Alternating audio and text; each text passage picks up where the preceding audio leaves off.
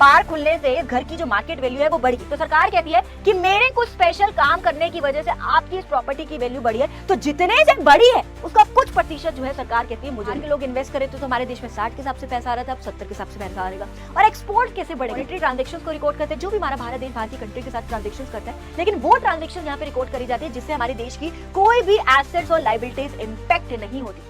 Hello बच्चों लोग, कैसे हैं आप सब? उम्मीद है आप लोग एकदम मस्त हो गए। सो मैं हूँ ताना मुंजाल।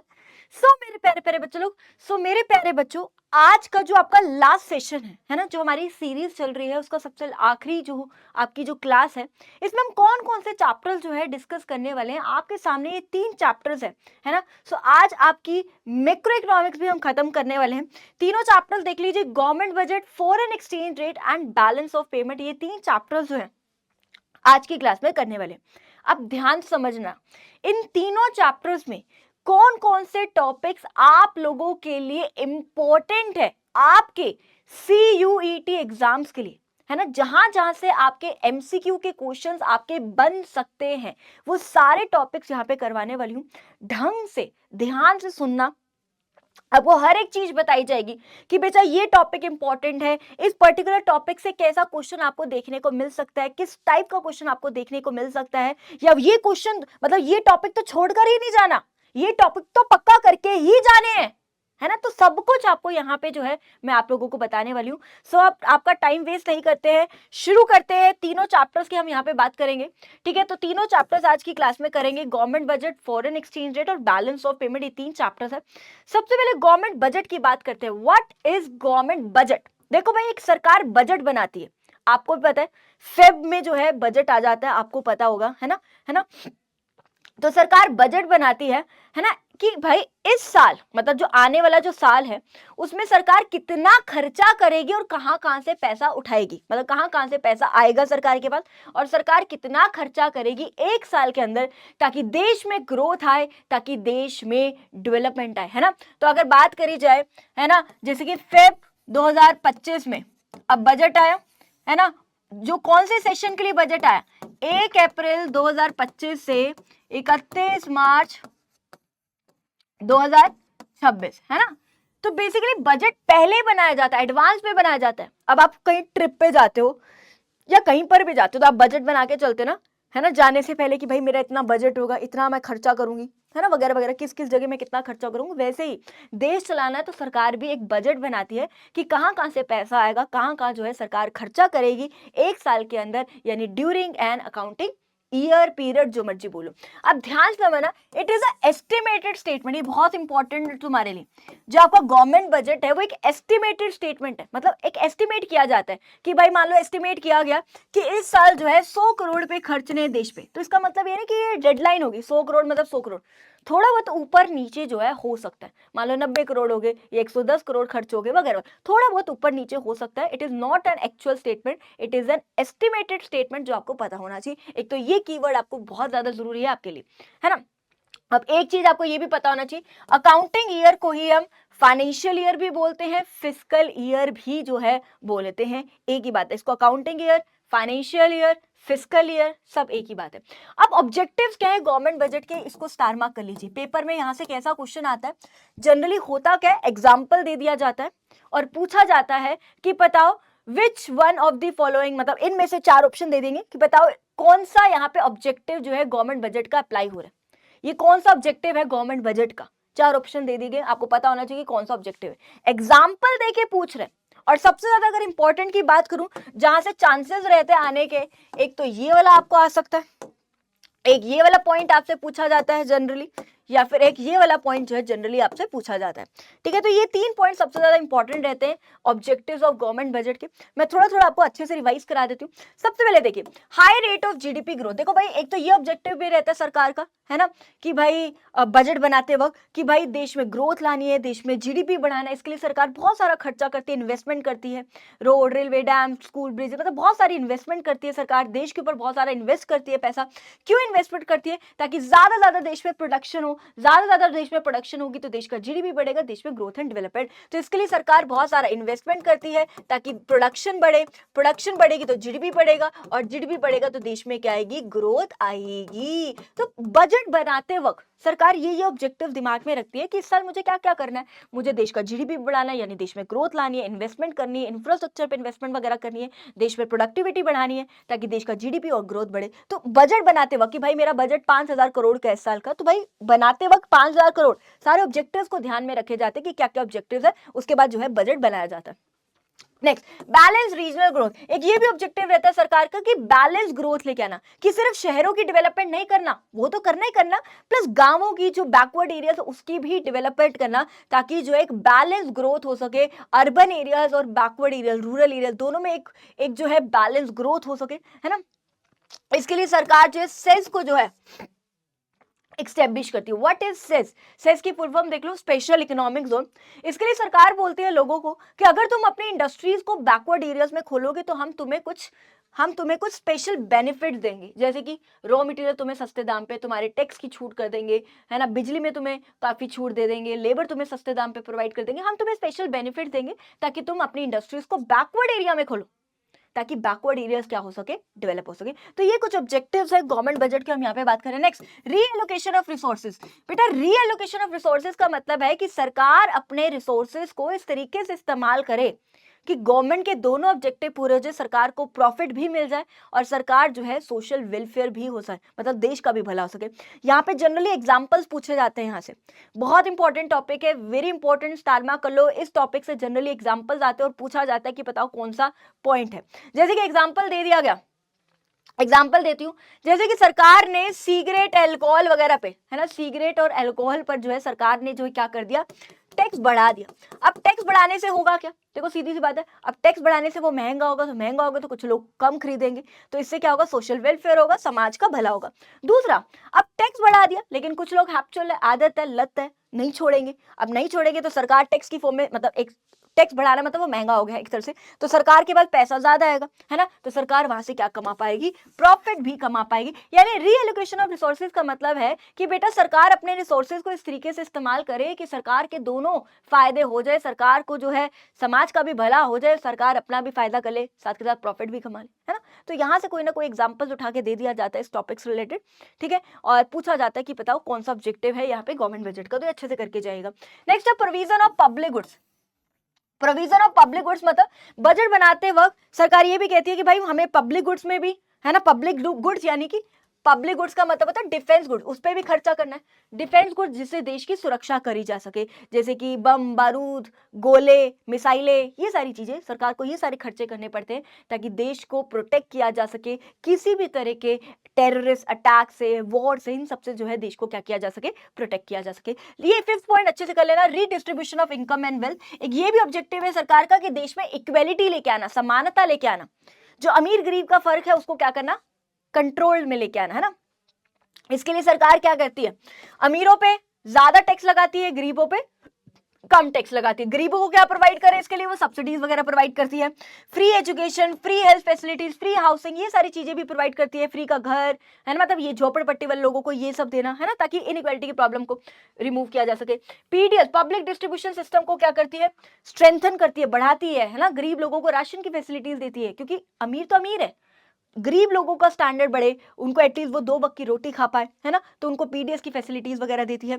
और also focus on labour intensive technology, labour intensive technology पे भी फोकस करती है ताकि ज्यादा लोगों को काम मिले, लोगों को काम मिलेगा तो काम आएगा तो पैसा आएगा, पैसा आएगा तो गरीबी कम, इनइक्वालिटी की प्रॉब्लम कम, ताकि देश में इनइक्वालिटी की प्रॉब्लम कंट्रोल करी जा सके। तो अगर कोई भी बोला, एग्जाम्पल दिया, यहाँ से बोला कि जो गवर्नमेंट है वो free education, free health facilities, free housing या फिर ये कर रही है, या अमीरों पे ज्यादा टैक्स लगा रही है, गरीबों पे कम टैक्स लगा रही है ताकि देश में इक्वेलिटी को प्रमोट किया जा सके, तो ये कौन सा जो है ऑब्जेक्टिव है गवर्नमेंट बजट का, तो आपको पता होना चाहिए कौन सा है भाई, redistribution of income and wealth, ठीक है जी। तो ऐसे कुछ पूछा जा सकता है। नेक्स्ट, एक ये भी ऑब्जेक्टिव है सरकार का, एम्प्लॉयमेंट अपॉर्चुनिटीज को बढ़ाना, बहुत सारी इन्वेस्टमेंट करती है, मतलब एक तरह से बहुत सारे पब्लिक एंटरप्राइजेस में इन्वेस्टमेंट करती है ना, कोई और पेट्रोल पंप खोल दिया सरकारी वगैरह वगैरह, मतलब इन चीजों में इन्वेस्ट करती है ताकि ज्यादा लोगों को काम मिले। बहुत सारी प्रोग्राम पॉलिसीज वगैरह निकालती है, जैसे कि एमजी नरेगा, नेशनल रोजगार योजना, बहुत सारी पॉलिसीज प्रोग्राम्स निकालती है ताकि ज्यादा लोगों को क्या मिल सके, काम मिल सके, एम्प्लॉयमेंट अपॉर्चुनिटीज जो है बढ़ सके। इसके अलावा इकोनॉमिक स्टेबिलिटी, सरकार का ये भी ऑब्जेक्टिव है देश में स्टेबिलिटी लेके आना, इन्फ्लेशन और डिफ्लेशन की प्रॉब्लम को कंट्रोल करना। इसमें एग्जांपल पूछा जा सकता है कि गवर्नमेंट ने इन्फ्लेशन और डिफ्लेशन की प्रॉब्लम को कंट्रोल करने के लिए गवर्नमेंट ने अपने खर्चों को क्या, मतलब मान लो, मतलब जो भी है, मान लो लेट्स से इन्फ्लेशन की प्रॉब्लम को कंट्रोल करने के लिए सरकार ने अपने खर्चों को कंट्रोल किया, तो बताओ ये कौन सा ऑब्जेक्टिव है? तो ऑब्वियसली इकोनॉमिक स्टेबिलिटी लाना, इन्फ्लेशन की प्रॉब्लम कंट्रोल करना। देखो भाई, ना ही देश में राज्य इन्फ्लेशन अच्छी है, ना ही राज्य देश में डिफ्लेशन अच्छी है। सरकार क्या चाहती है? इन्फ्लेशन प्रॉब्लम को कंट्रोल करना, देश में स्टेबिलिटी लेके आना, डिफ्लेशन प्रॉब्लम को कंट्रोल करना, देश में स्टेबिलिटी लेके आना। इसके लिए सरकार क्या करेगी मुझे बताइए, गवर्नमेंट क्या करेगी जल्दी से मुझे बताओ। अब इन्फ्लेशन है, ऑलरेडी बहुत महंगाई है। क्यों महंगाई है? क्योंकि लोग डिमांड ज्यादा कर रहे हैं। क्यों डिमांड कर रहे हैं ज्यादा? क्योंकि लोगों के पास पैसा ज्यादा है। तो ऑलरेडी पैसा ज्यादा है, तो सरकार इस टाइम पे अपने खर्चों को क्या करेगी? कम करेगी, एक्सपेंडिचर को क्या कर देगी? कम, है ना, एक्सपेंडिचर कम कर देगी इस टाइम पे। दूसरा मुझे बताइए, टैक्स पे क्या करेगी सरकार? ऑलरेडी लोगों के पास बहुत पैसा है, तो सरकार कहेगी ला बेटा, आ जा बच्चा, टैक्स बढ़ा। ये लास्ट क्लास में भी मैंने आपको कराया था, है ना। तो इस केस में वो टैक्स को क्या कर देगी? बढ़ा देगी। पब्लिक बोरोइंग्स, बताइए, आम जनता से ज्यादा पैसा उधार लेगी क्योंकि आम जनता के बहुत पैसा है, पब्लिक बोरोइंग्स को भी बढ़ा देगी। आरबीआई से बोरोइंग्स, जल्दी से बताइए, आरबीआई से बोरोइंग्स, ऑलरेडी पैसा ज्यादा है तो क्यों आरबीआई से उधार लेगी? क्योंकि जितना ज्यादा आरबीआई से उधार लेगी उतना ज्यादा देश के ऊपर लगाएगी। तो आरबीआई से बोरिंग्स क्या करेगी? कम, क्योंकि ऑलरेडी लोगों के पास पैसा ज्यादा है। सरकार नहीं चाहती लोगों के पास और पैसा है, सरकार चाहती है देश में मनी की सप्लाई कंट्रोल हो, लोगों की परचेजिंग पावर कम हो, परचेजिंग पावर कम तो डिमांड कम, डिमांड कम तो प्राइस कम, और जो इन्फ्लेशन की प्रॉब्लम है उसको क्या करना? कंट्रोल। देखो देश में बहुत इन्फ्लेशन थी, क्या था? बहुत महंगाई थी। देखो दिस इज स्टेबिलिटी, देश में इन्फ्लेशन थी, बहुत महंगाई थी। जब धीरे धीरे प्राइस कम, प्राइस कम, प्राइस कम, प्राइस कम, प्राइस, तो इन्फ्लेशन प्रॉब्लम कंट्रोल, देश में क्या आ जाएगी? स्टेबिलिटी आ जाएगी। चलिए आइए फटाफट से अब डिफ्लेशन की तरफ चलते हैं। डिफ्लेशन मतलब मंदी थी, हर चीज के रेट गिरे थे। क्यों? क्योंकि डिमांड नहीं थी। क्यों डिमांड नहीं थी? क्योंकि लोगों के पास पैसा नहीं था। सरकार कहती है पैसा नहीं है तो दो पैसा। सरकार चाहती है देश में मनी की सप्लाई बढ़े, लोगों की परचेजिंग पावर बढ़े, लोगों की डिमांड बढ़े, डिमांड बढ़ेगी तो प्राइस बढ़ेगा। जो प्राइस कम है, this is stability, this is deflation, मंदी, धीरे धीरे प्राइस बढ़ेगा, बढ़ेगा, बढ़ेगा, बढ़ेगा, बढ़ेगा, बढ़ेगा, तो डिफ्लेशन प्रॉब्लम कंट्रोल, देश में स्टेबिलिटी। तो बताइए अब सरकार क्या करे कि देश में मनी की सप्लाई बढ़े? तो सरकार अपने खर्चों को क्या कर देगी? बढ़ा देगी, ताकि लोगों के पास ज्यादा पैसा हो। टैक्स को क्या कर देगी? कम, क्योंकि सरकार चाहती है लोगों का पैसा आए, तो टैक्स को क्या कर देगी? कम, है ना। पब्लिक बोरोइंग्स क्या कर देगी? कम, क्योंकि ऑलरेडी उनके पास पैसा नहीं है तो उनसे कम उधार लेगी। और आरबीआई से बोरोइंग्स क्या कर देगी? बढ़ा देगी, है ना, क्योंकि पैसा नहीं तो आरबीआई को कहेगी चल चल चल चल नोट छाप, ताकि ज्यादा लोगों को क्या दिया जा सके? पैसा दिया जा सके, है ना, ताकि आम जनता के पास ज्यादा पैसा है, लोगों के पास पैसा आएगा तो मनी की सप्लाई बढ़ जाएगी, लोगों की खरीदने की क्षमता बढ़ना, मतलब डिमांड, किसी भी चीज की डिमांड ज्यादा तो प्राइस ज्यादा, and this is stability, this is deflation. जब मंदी थी, धीरे धीरे प्राइस बढ़ेगा, बढ़ेगा, बढ़ेगा, बढ़ेगा, तो क्या होगा? डिफ्लेशन प्रॉब्लम कंट्रोल, देश में स्टेबिलिटी। तो स्टेबिलिटी लेके आना जो है गवर्नमेंट का क्या है? राज्य मेन ऑब्जेक्टिव है। अब बात करते हैं what is fiscal discipline. Fiscal discipline का मतलब क्या है? ध्यान से समझा। फिस्कल जो वर्ड है इसका मतलब है जो गवर्नमेंट के खर्चे और गवर्नमेंट के रिसीट से रिलेटेड है, जो गवर्नमेंट के खर्चे, गवर्नमेंट की रिसीट से रिलेटेड है। डिसिप्लिन का मतलब होता है इक्वल, यानी ऐसी सिचुएशन जहां पे गवर्नमेंट के खर्चे और गवर्नमेंट के रिसीट्स क्या है? इक्वल है, यानी जितना गवर्नमेंट के पास पैसा है सरकार उतना ही जो है क्या कर रही है? खर्चा कर रही है। अब ये अच्छे से करके जाइएगा, very very very important for your CUET exam, very important for your CUET exam. इसको अच्छे से करके जाएगा इस टॉपिक को। अब स्ट्रक्चर की बात करते हैं तो बेटा दो प्रकार की यहाँ पे बात करें, गवर्नमेंट रिसीट्स होती है, गवर्नमेंट एक्सपेंडिचर होती है। रिसीट्स दो प्रकार की होती है, एक रिवेन्यू रिसीट, एक कैपिटल रिसीट। ये भी दो प्रकार के, एक रिवेन्यू एक्सपेंडिचर और कैपिटल एक्सपेंडिचर। एक एक करके बात करते हैं। सबसे पहले रिवेन्यू रिसीट्स की बात करते हैं। रिवेन्यू रिसीट, रिसीट मतलब सरकार के पास पैसा आ रहा है। रिवेन्यू का मतलब हमेशा याद रखना daily basis, day to day, यानी ऐसा पैसा जो सरकार के पास आता है वो डेली बेसिस पे जो है सरकार के पास जो है यहाँ से पैसा आता है। डेली बेसिस पे जब सरकार के पास पैसा आता है उसको हम कहते हैं रिवेन्यू। रिवेन्यू मतलब डेली बेसिस पे सरकार के पास पैसा आ रहा है। दो तरीके से आता है, एक टैक्स की फॉर्म में आता है और एक नॉन टैक्स की फॉर्म में आता है। अब इसकी मीनिंग पे हम चलने वाले। एक टैक्स की फॉर्म में आता है और एक नॉन टैक्स की फॉर्म में आता है। सबसे पहले टैक्स रिसीट्स की बात करते हैं, फिर हम नॉन टैक्स रिसीट्स की बात करते हैं। सबसे पहले अब टैक्स रिसीट मतलब टैक्स की फॉर्म में सरकार पैसा कमा रही है, तो इसमें सबसे पहले जो सबसे इंपॉर्टेंट है, एक तो ये करवाऊंगी मैं तुम्हें और एक ये करवाऊंगी। जाऊंगी, जो इंपॉर्टेंट है हम उस पर ही यहाँ पे बात करेंगे जहां से क्वेश्चन आता है। सबसे पहले देखिए प्रोग्रेसिव टैक्स क्या होता है, रिग्रेसिव टैक्स क्या होता है। प्रोग्रेसिव टैक्स का मतलब है यहाँ पे मेरे बच्चे जिसकी इनकम ज्यादा सरकार उस पर ज्यादा टैक्स लगाती है और जिसकी इनकम कम है सरकार उस पर कम टैक्स लगाती है। और इसका अगर एग्जाम्पल दिया जाए तो वो होता है आपका इनकम टैक्स, है ना। सो प्रोग्रेसिव टैक्स का एग्जाम्पल है इनकम टैक्स। अमीरों पे ज्यादा पैसा, मतलब अमीरों पे ज्यादा टैक्स लगाती है और गरीबों पे क्या लगाती है, कम टैक्स लगाती है। ये होता है आपका प्रोग्रेसिव टैक्स। अब बात करें रिग्रेसिव टैक्स का मतलब है चाहे किसी की इनकम ज्यादा हो चाहे किसी की इनकम कम हो, जो टैक्स है वो हमेशा क्या लगता है, कांस्टेंट लगता है, कांस्टेंट टैक्स लगता है। चाहे अमीर है चाहे गरीब है, टैक्स जो है दोनों पे सेम लगेगा। तो इसका जो मेन बर्डन है, ज्यादा बर्डन गरीबों के ऊपर पड़ता है क्योंकि अमीरों को इतना फर्क नहीं पड़ता, गरीबों पे इसका बर्डन जो है ज्यादा पड़ता है। और इसके एग्जाम्पल की बात करूं तो जीएसटी हम एग्जाम्पल ले लेते हैं। जैसे जीएसटी है, चाहे अमीर खरीदे सामान चाहे गरीब खरीदे सामान, वही सामान पे जीएसटी जो है अमीर को भी उतना पे करना पड़ेगा, गरीब को भी उतना पे करना पड़ेगा। अमीर को घंटा फर्क नहीं पड़ता,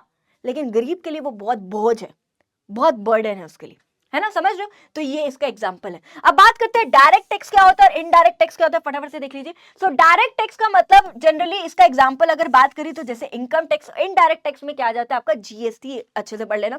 अब डायरेक्ट टैक्स का मतलब क्या होता है, डायरेक्ट टैक्स मतलब ऐसा टैक्स जो सरकार ने मेरे ऊपर लगाया है वो मुझे डायरेक्टली जो है गवर्नमेंट को पे करना पड़ेगा। इसका बर्डन मैं किसी और पे नहीं डाल सकती, इसका बर्डन मैं किसी पे भी शिफ्ट नहीं कर सकती। जैसे कि इनकम टैक्स, अब इनकम का जो भी टैक्स है वो मुझे अपनी इनकम पर देना पड़ेगा, इसका बोझ मैं किसी और पे नहीं डाल सकती। ये होता है आपका डायरेक्ट टैक्स। अब बात करते हैं what is indirect tax. Indirect tax का मतलब है ऐसा टैक्स जो लगा मेरे पे, मान लो मेरी दुकान है, लगा मेरे पे, दुकानदार पे, लेकिन इसका बोझ जो है मैं अपने कस्टमर पे डाल दूंगी। जब मैं अपने कस्टमर को सामान बेचूंगी तो नीचे जीएसटी ऐड करके, है ना, उसका प्रोडक्ट महंगा करके उसको बेच दूंगी, है ना। मतलब लगा मेरे पे, मुझे सरकार को पे करना है, लेकिन कल को मैं अपने कस्टमर से वो जो है वसूल कर लूंगी। ये होता है इनडायरेक्ट टैक्स।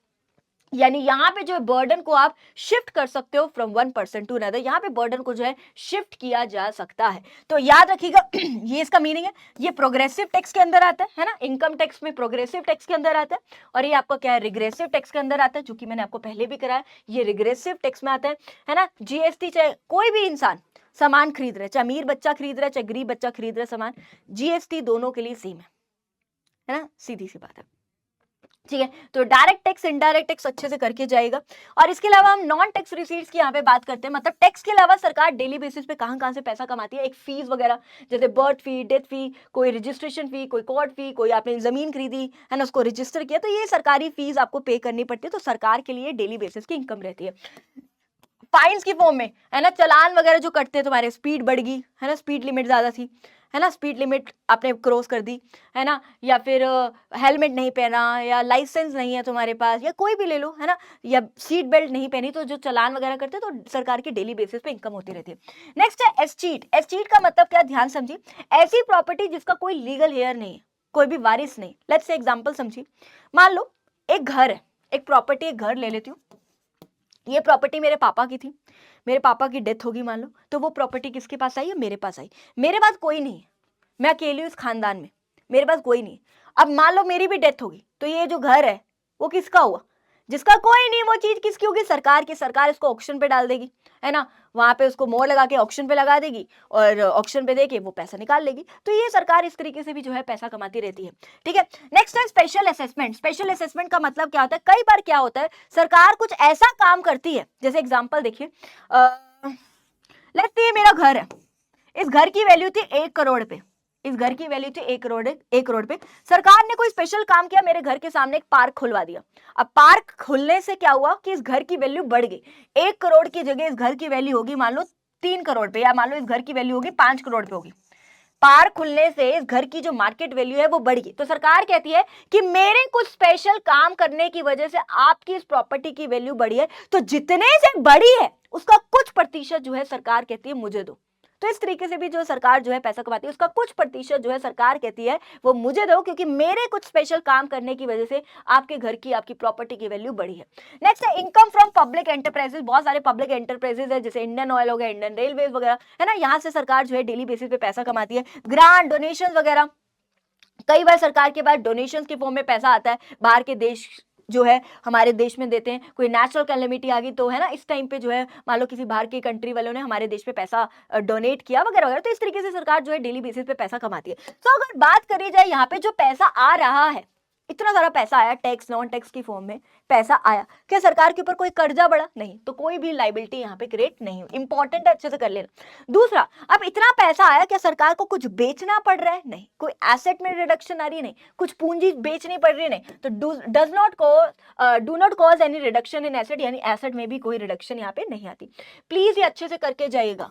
स्टार मार्क कर रही हूं, इसको अच्छे से करके जाइएगा। स्टार मार्क कर रही हूं। कॉर्पोरेट टैक्स, जीएसटी, ये सारी चीजें आपको पता होनी चाहिए। कौन सा डायरेक्ट टैक्स है, कौन सा इनडायरेक्ट टैक्स। बहुत सारे बच्चों को वेल्थ टैक्स में दिक्कत होती है। वेल्थ टैक्स मतलब आपकी संपत्ति, जायदाद, ठीक है।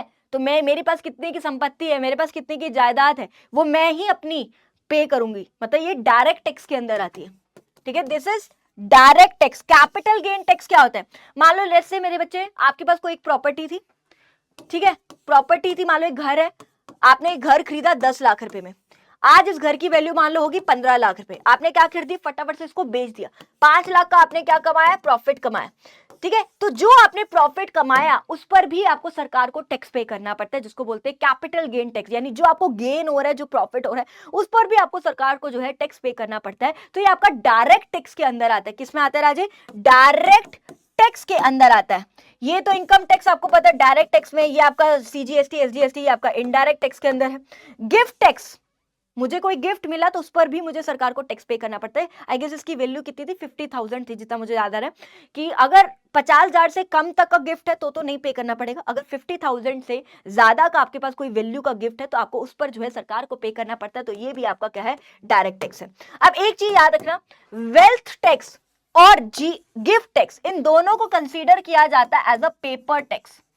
इनको पेपर टैक्स बोला जाता है। क्यों बोला जाता है? क्योंकि इसकी जो वैल्यू है, जो इसकी इंपॉर्टेंस है, जो इसकी सिग्निफिकेंस है, वो पेपर में है, कागजों में भी। कोई अपनी वेल्थ पे देने को तैयार नहीं है, जायदाद पे। और गिफ्ट टैक्स, कोई मान लो किसी ने मुझे गिफ्ट किया कोई डायमंड का सेट, तो कौन दिखाता फिरता रहेगा कि हाँ मेरे पास गिफ्ट आया और मैं सरकार को टैक्स पे करूंगी। तो इसकी जो सिग्निफिकेंस है वो सिर्फ कागजों में है, तो इसको हम क्लासीफाई करते हैं एज अ पेपर टैक्स, ठीक है। चलिए आगे चलते फटाफट से। नेक्स्ट, कैपिटल रिसीट्स क्या होती है? कैपिटल रिसीट, रिसीट मतलब आपके पास पैसा आ रहा है, वो पैसा। कैपिटल मतलब कभी कभी पैसा आता है, डेली बेसिस पे नहीं आता। जैसे कि आपने बोरोइंग्स करी, ठीक है, बोरोइंग्स करी तो आपके पास पैसा आया। डिसइन्वेस्टमेंट, जैसे सरकार को बहुत ज्यादा नुकसान हो रहा था तो सरकार ने अपनी कंपनी, अपनी फर्म को किसी प्राइवेट ओनर को बेच दिया, तो बेचने पे पैसा आ रहा है सरकार के पास, तो ये होगी कैपिटल रिसीट पे पैसा आ रहा है। रिकवरी ऑफ लोन, मान लो किसी को लोन दिया हुआ था और वो लोन रिकवर हो गया तो पैसा आ रहा है, तो यहाँ पे आपके पास पैसा आ रहा है। तो आप एसेट्स और लायबिलिटीज के हिसाब से यहाँ पे बताएंगे। अब बोरोइंग्स करी, पैसा उधार लिया, पैसा तो आ रहा है, उधार लिया, लेकिन मेरे ऊपर कर्जा बढ़ रहा है क्योंकि मुझे वो चुकाना भी पड़ेगा, तो इससे जो है लायबिलिटी क्रिएट हो रही है। डिसइन्वेस्टमेंट, सरकार को पैसे की जरूरत थी तो सरकार ने अपनी फर्म किसी एक प्राइवेट ओनर को बेच दिया, पैसा तो आ रहा है लेकिन बेच दिया, एसेट बेच दी, यानी एसेट में यहाँ पे क्या हो रही है, रिडक्शन भी आ रही है। तो याद रखना यहाँ पे लायबिलिटी भी क्रिएट होती है और एसेट में भी रिडक्शन आती है। चलिए जी अब बात करते हैं गवर्नमेंट एक्सपेंडिचर या बजट एक्सपेंडिचर, कोई जो मर्जी बोलो। दो प्रकार के, एक रिवेन्यू एक्सपेंडिचर और एक होता है आपका कैपिटल एक्सपेंडिचर। रिवेन्यू एक्सपेंडिचर क्या होता है? ऐसा खर्चा जो सरकार का डेली बेसिस पे रहता ही रहता है, day to day, daily basis पे सरकार का खर्चा रहता ही रहता है। जैसे वेजेस देना, इंटरेस्ट की पेमेंट करना, खर्चा है सरकार का, सब्सिडीज देना, डिफेंस गुड्स पे, है ना। अब ये तो नहीं बोले कि आज खर्चा किया है बम बारूद पे, गोलियों पे, बंदूकों पे, अब 10 साल बाद करूंगी, ये 4 साल बाद करूंगी, या 5 साल बाद करूंगी, या 2 साल बाद करूंगी, ऐसा नहीं। डेली बेसिस पे करना पड़ता है सरकार को खर्चा, ताकि अपनी आर्मी को स्ट्रॉन्ग किया जा सके और देश को प्रोटेक्ट किया जा सके किसी भी टेररिस्ट अटैक या वॉर से, है ना। तो ये खर्चे डेली बेसिस पे सरकार को करने पड़ते हैं। अब इतना सारा खर्चा कर रही है तो क्या कोई एसेट बढ़ रही है? नो, कोई भी एसेट में क्रिएशन नहीं हो रही। अब इतना खर्चा कर रही है, क्या सरकार का कोई कर्जा कम हो रहा है? कोई भी कर्जा भी कम नहीं हो रहा। Does not cause any reduction in liability. एक चीज बताओ, ट्रिक रिवेन्यू वाले केस में ध्यान समझना, चाहे वो रिवेन्यू रिसीट है चाहे वो रिवेन्यू एक्सपेंडिचर, कोई भी एसेट और लायबिलिटीज पे इंपैक्ट नहीं आता। सिर्फ कैपिटल वाले केस में एसेट और लायबिलिटीज पे इंपैक्ट आता है। ट्रिक है, ध्यान समझना, रिवेन्यू रिसीट है चाहे रिवेन्यू एक्सपेंडिचर है, एसेट लायबिलिटीज पे कुछ इंपैक्ट नहीं आता। और कैपिटल रिसीट हो चाहे कैपिटल एक्सपेंडिचर हो, वहां पे आपके एसेट और लायबिलिटीज पे इंपैक्ट आता है। चलिए जी, कैपिटल एक्सपेंडिचर ऐसा खर्चा जो सरकार का कभी कभी जो है मतलब सरकार जो है कभी कभी खर्चे करती रहती है, जैसे कि कोई बिल्डिंग खरीदी, कोई लैंड खरीदा वगैरह वगैरह, तो एक खर्चा किया, जमीन खरीदी तो सरकार का तो खर्चा हुआ करोड़ों का, है ना। मशीन इक्विपमेंट वगैरह खरीदे तो खर्चा हुआ करोड़ की मशीन थी, मान लो शेयर्स वगैरह खरीदे, है ना, मान लो 10 लाख के शेयर्स थे तो शेयर्स खरीदे तो पैसा तो गया, खर्चा हुआ। रीपेमेंट ऑफ लोन, किसी से लोन लिया हुआ था तो अब लोन चुकाना है तो भाई खर्चा हुआ, पैसा जा रहा है, ये सारे खर्चे हैं जो सरकार के, ठीक है। तो अब एसेट और लायबिलिटीज की सबसे बात करी जाए तो अब देखो ये इतने सारे खर्चे कर रही है, लेकिन सरकार की एसेट बढ़ रही है, बिल्कुल बढ़ रही है, मशीन खरीद रही है, शेयर्स खरीद रही है, बिल्डिंग खरीद रही है, तो एसेट क्रिएट हो रही है, बिल्कुल हो रही है, और लायबिलिटीज भी रिडक्शन हो रही है। रीपेमेंट ऑफ लोन, किसी से लोन लिया होता वो चुका दिया तो चुका दिया, कर्जा कम हो रहा है, कर्जा कम हो रहा है तो लायबिलिटीज में भी क्या हो रही है, रिडक्शन। तो हमेशा याद रखना रिवेन्यू वाले केस में कभी भी एसेट लायबिलिटीज पे इम्पैक्ट नहीं पड़ता, सिर्फ कैपिटल वाले केस में जो है हमेशा जो है आपका एसेट और लायबिलिटीज पे इम्पैक्ट पड़ता है। होमवर्क सुन लीजिए, ये सारे क्वेश्चन तुम्हें घर से करके आने, ये कर लेना क्योंकि पेपर में आता है यहां से क्वेश्चन, आपको एग्जाम्पल दिया जाएगा, पूछा गया बताओ इनमें से कौन सा कैपिटल रिसीट है, या बताओ इनमें से कौन सा रिवेन्यू रिसीट है, या बताओ इनमें से कौन सा कैपिटल एक्सपेंडिचर है, पता होना चाहिए। तो एक बार कर जाना, छोड़ के नहीं जाना, ठीक है। अब आ जाइए व्हाट इज बजट डेफिसिट, है ना। बजट डेफिसिट इंपॉर्टेंट है, इसको भी अच्छे से करके जाएगा, इंपॉर्टेंट चीजों पे ही मैं यहाँ पे ध्यान दे रही हूँ। What is budget deficit, budget deficit का मतलब क्या होता है, डेफिसिट का मतलब होता है कमी। बजट जो है गवर्नमेंट के खर्चे और गवर्नमेंट के रिसीट से रिलेटेड होता है, तो डेफिसिट मतलब कमी, यानी ऐसी सिचुएशन जब गवर्नमेंट के खर्चे ज्यादा है, गवर्नमेंट के पास पैसे की कमी है, पैसा नहीं है इतना जितना सरकार खर्चा कर रही है देश पे, उसको बोला जाता है बजट डेफिसिट।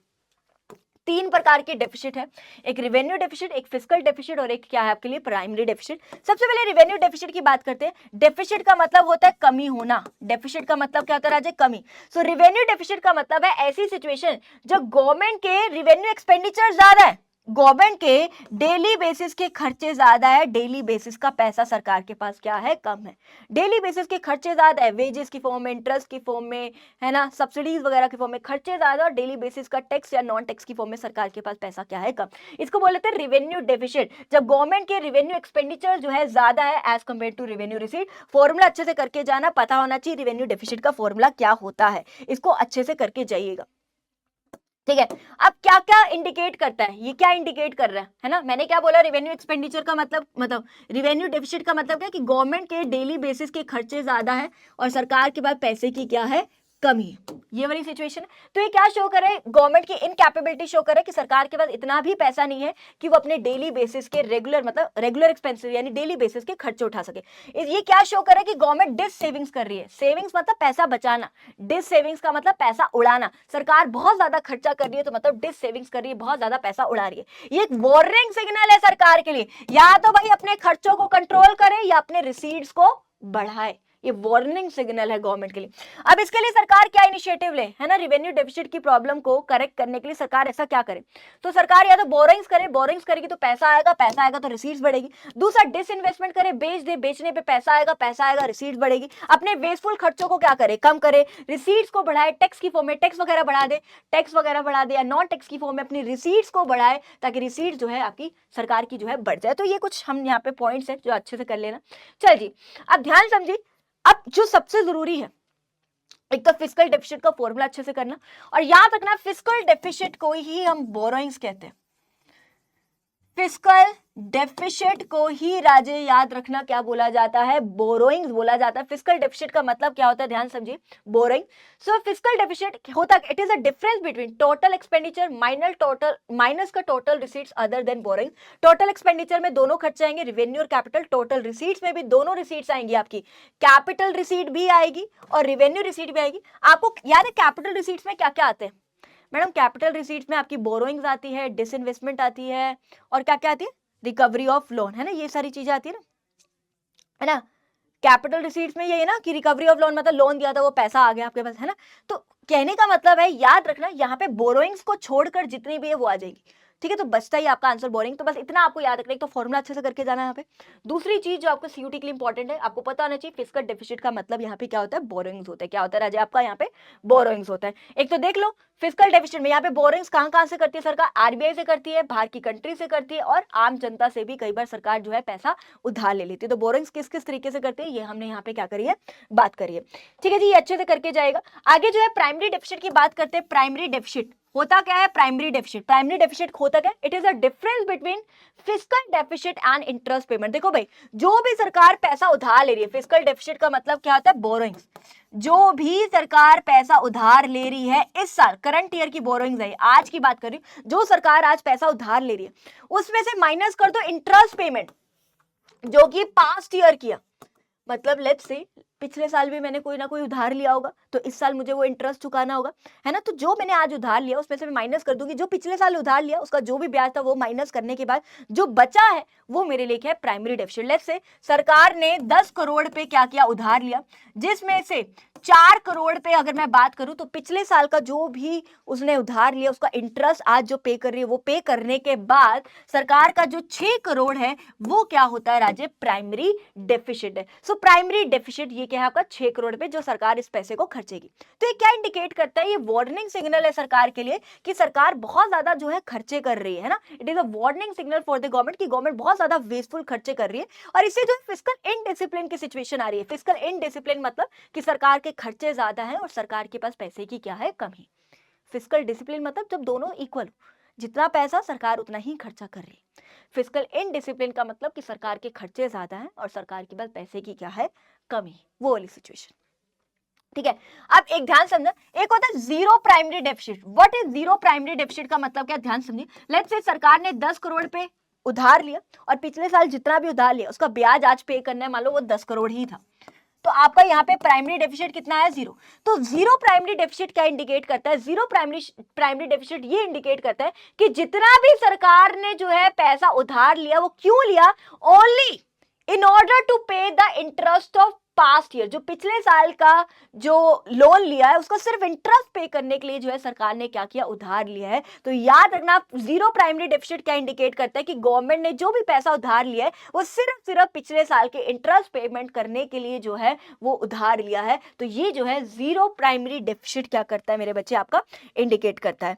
अब प्लीज आप लोगों से रिक्वेस्ट है, इस गवर्नमेंट बजट के न्यूमेरिकल्स नहीं छोड़कर जाने हैं, रिक्वेस्ट कर रही हूं, सच में करके जाना है, मत छोड़ के जाना। तीनों फॉर्मूले पता होना चाहिए, रिवेन्यू डेफिसिट का पता है, फिस्कल डेफिसिट का पता है, और तीसरा क्या आपका प्राइमरी डेफिसिट का फॉर्मूला भी आपको बता दिया।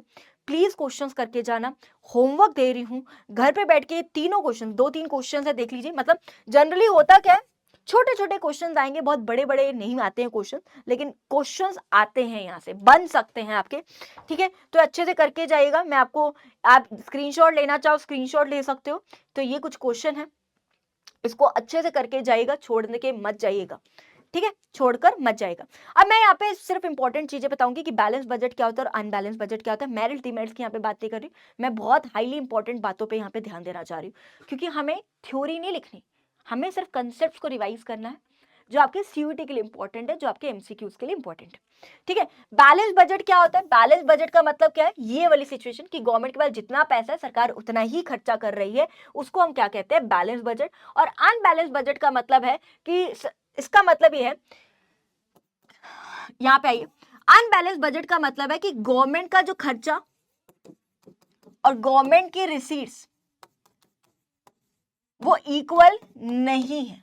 मतलब ध्यान समझिए, मैं यहाँ पे दोबारा से रिपीट कर देती हूँ, व्हाट इज बैलेंस बजट, जितना सरकार के पास पैसा है सरकार उतना ही खर्चा कर रही है, वो होता है बैलेंस बजट। और अनबैलेंस बजट का मतलब है कि सरकार के पास जितना पैसा और सरकार जितना खर्चा कर रही है वो इक्वल नहीं है। तो दो सिचुएशन हो सकती है, एक होती है बजट सरप्लस और एक होती है राजे बजट डेफिसिट।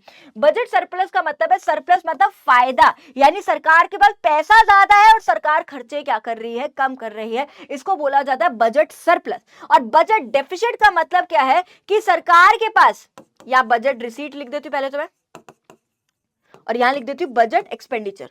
Budget expenditure.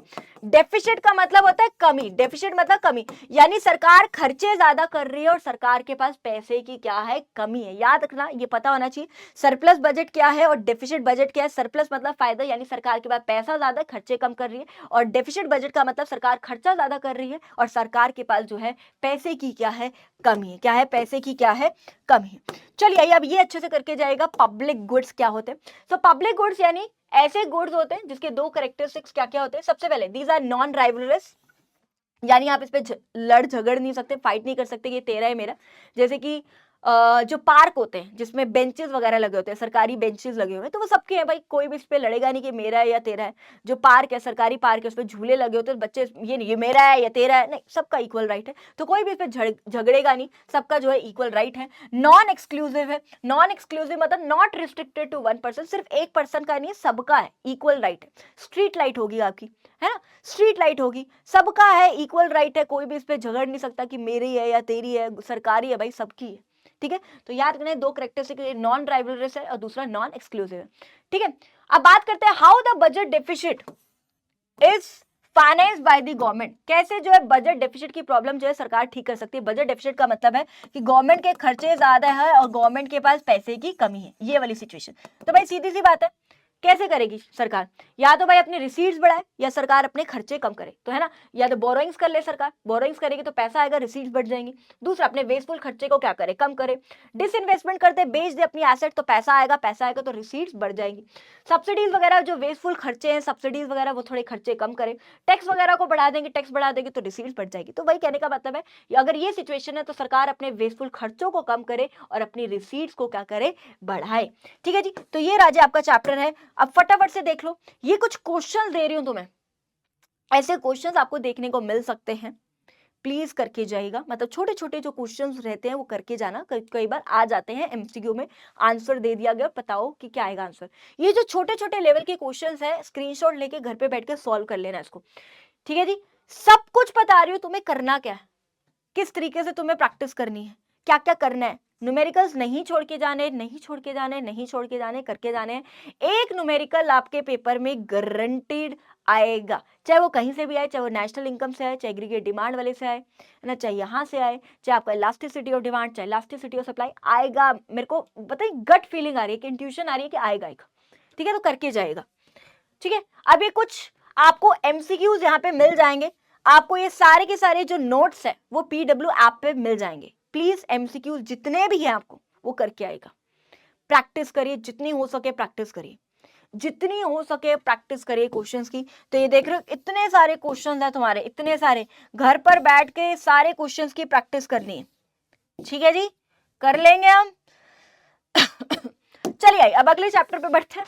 ठीक है, इस चैप्टर में जो जो इंपॉर्टेंट बातें सब कुछ बताऊंगी, इंपॉर्टेंट फैक्ट्स क्या है इस चैप्टर में सब कुछ बताऊंगी। चल जी, तो सबसे पहले बात करते हैं व्हाट इज फॉरेन एक्सचेंज।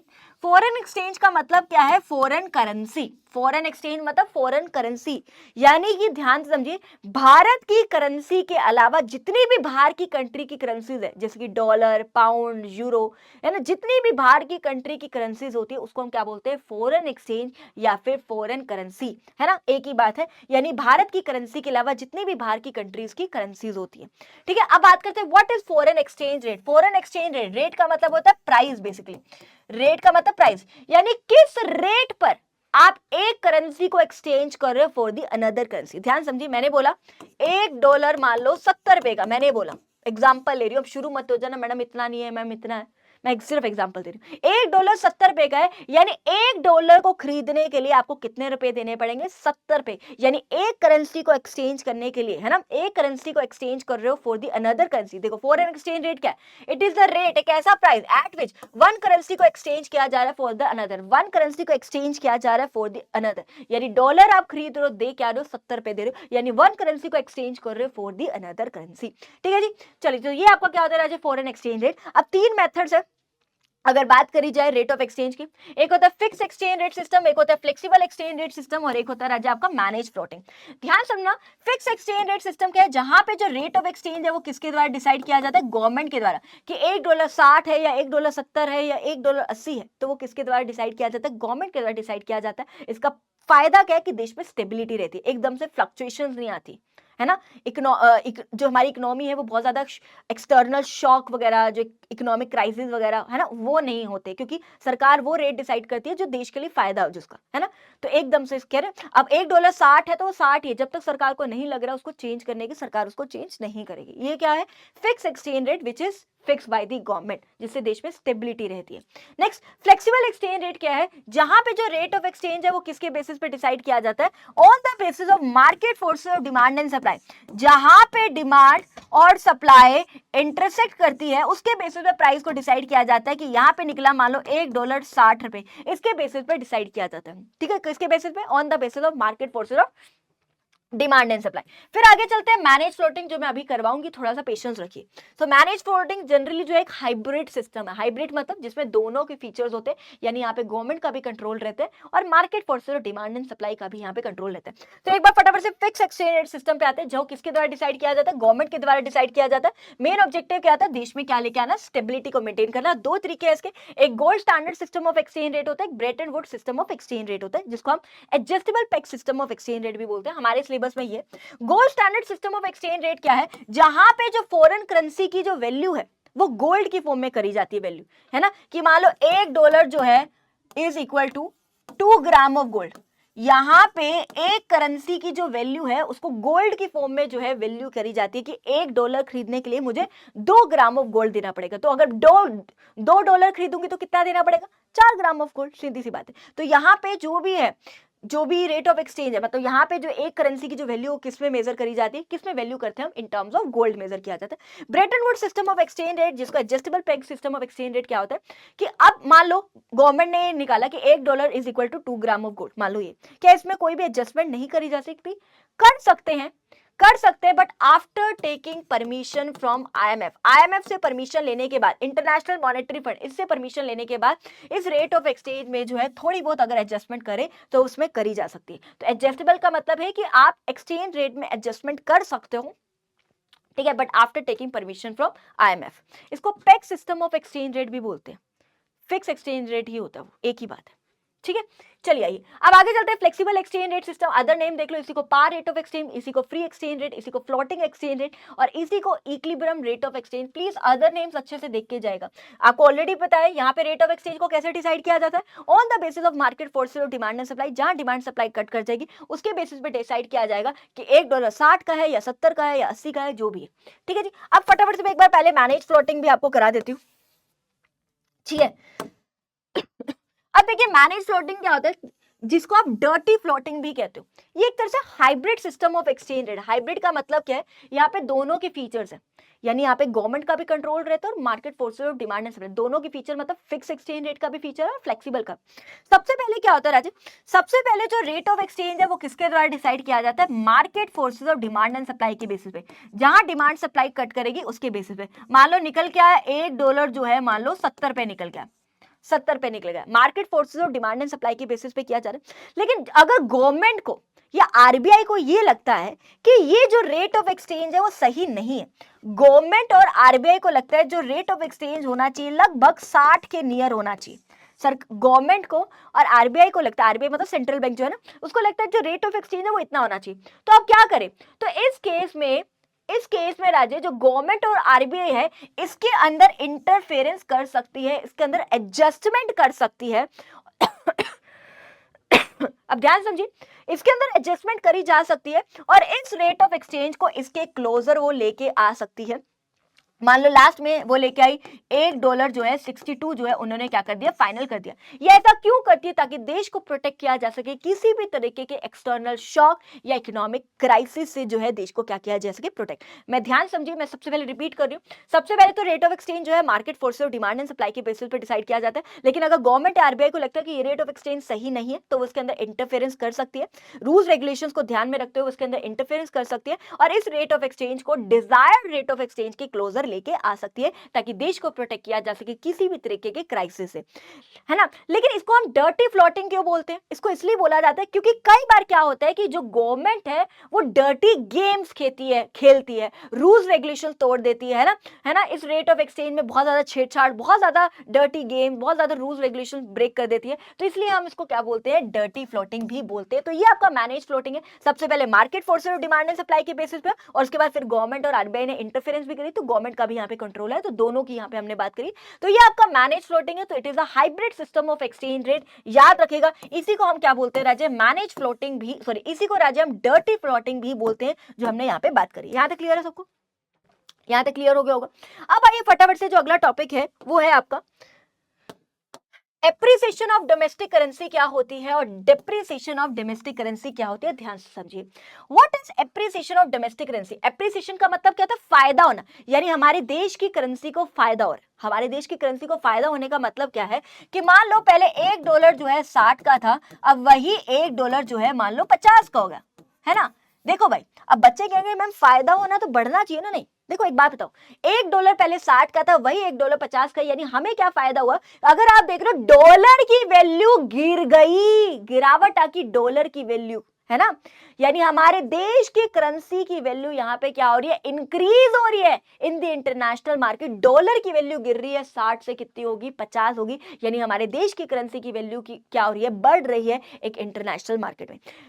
यहाँ पे जो एक्सचेंज रेट है वो क्या हो रहा है? कम हो रहा है। यानी less rupees are required to buy $1। पहले $1 खरीदने के लिए आपको 60 रुपए देने पड़े थे, अब वही $1 खरीदने के लिए आपको 50 रुपए देने पड़े, यानी less rupees are required to buy $1। Exchange rate भी क्या हो रहा है? फॉल हो रहा है। लेकिन एप्रिसिएशन का मतलब ही क्या होता है? बढ़ना, यानी हमारे देश की करेंसी की वैल्यू बढ़ रही है इंटरनेशनल की मार्केट में, लेकिन डॉलर की वैल्यू आप देख पा रहे हो गिर रही है इन द इंटरनेशनल मार्केट। अब बात करते हैं व्हाट इज डेप्रिसिएशन। डेप्रिसिएशन मतलब होता है नुकसान, गिर जाना, यानी हमारे देश की डोमेस्टिक करेंसी, मतलब हमारे देश की करेंसी की वैल्यू में गिरावट आना, यानी डॉलर की वैल्यू बढ़ जाना, है ना। यानी कहने का मतलब है कि पहले मान लो $1 जो है 60 का था, वही $1 जो है 70 रुपए का हो गया, यानी डॉलर की वैल्यू बढ़ रही है, लेकिन हमारे देश की करेंसी की वैल्यू में क्या आ रही है? गिरावट आ रही है इन द इंटरनेशनल मार्केट। यहाँ पे जो एक्सचेंज रेट है वो क्या हो रहा है? बढ़ रहा है। अब more rupees are required to buy $1, यानी पहले $1 को खरीदने के लिए 60 रुपए देने पड़े थे, वही $1 को खरीदने के लिए आपको कितने रुपए देने पड़ रहे? 70 रुपए देने पड़ रहे।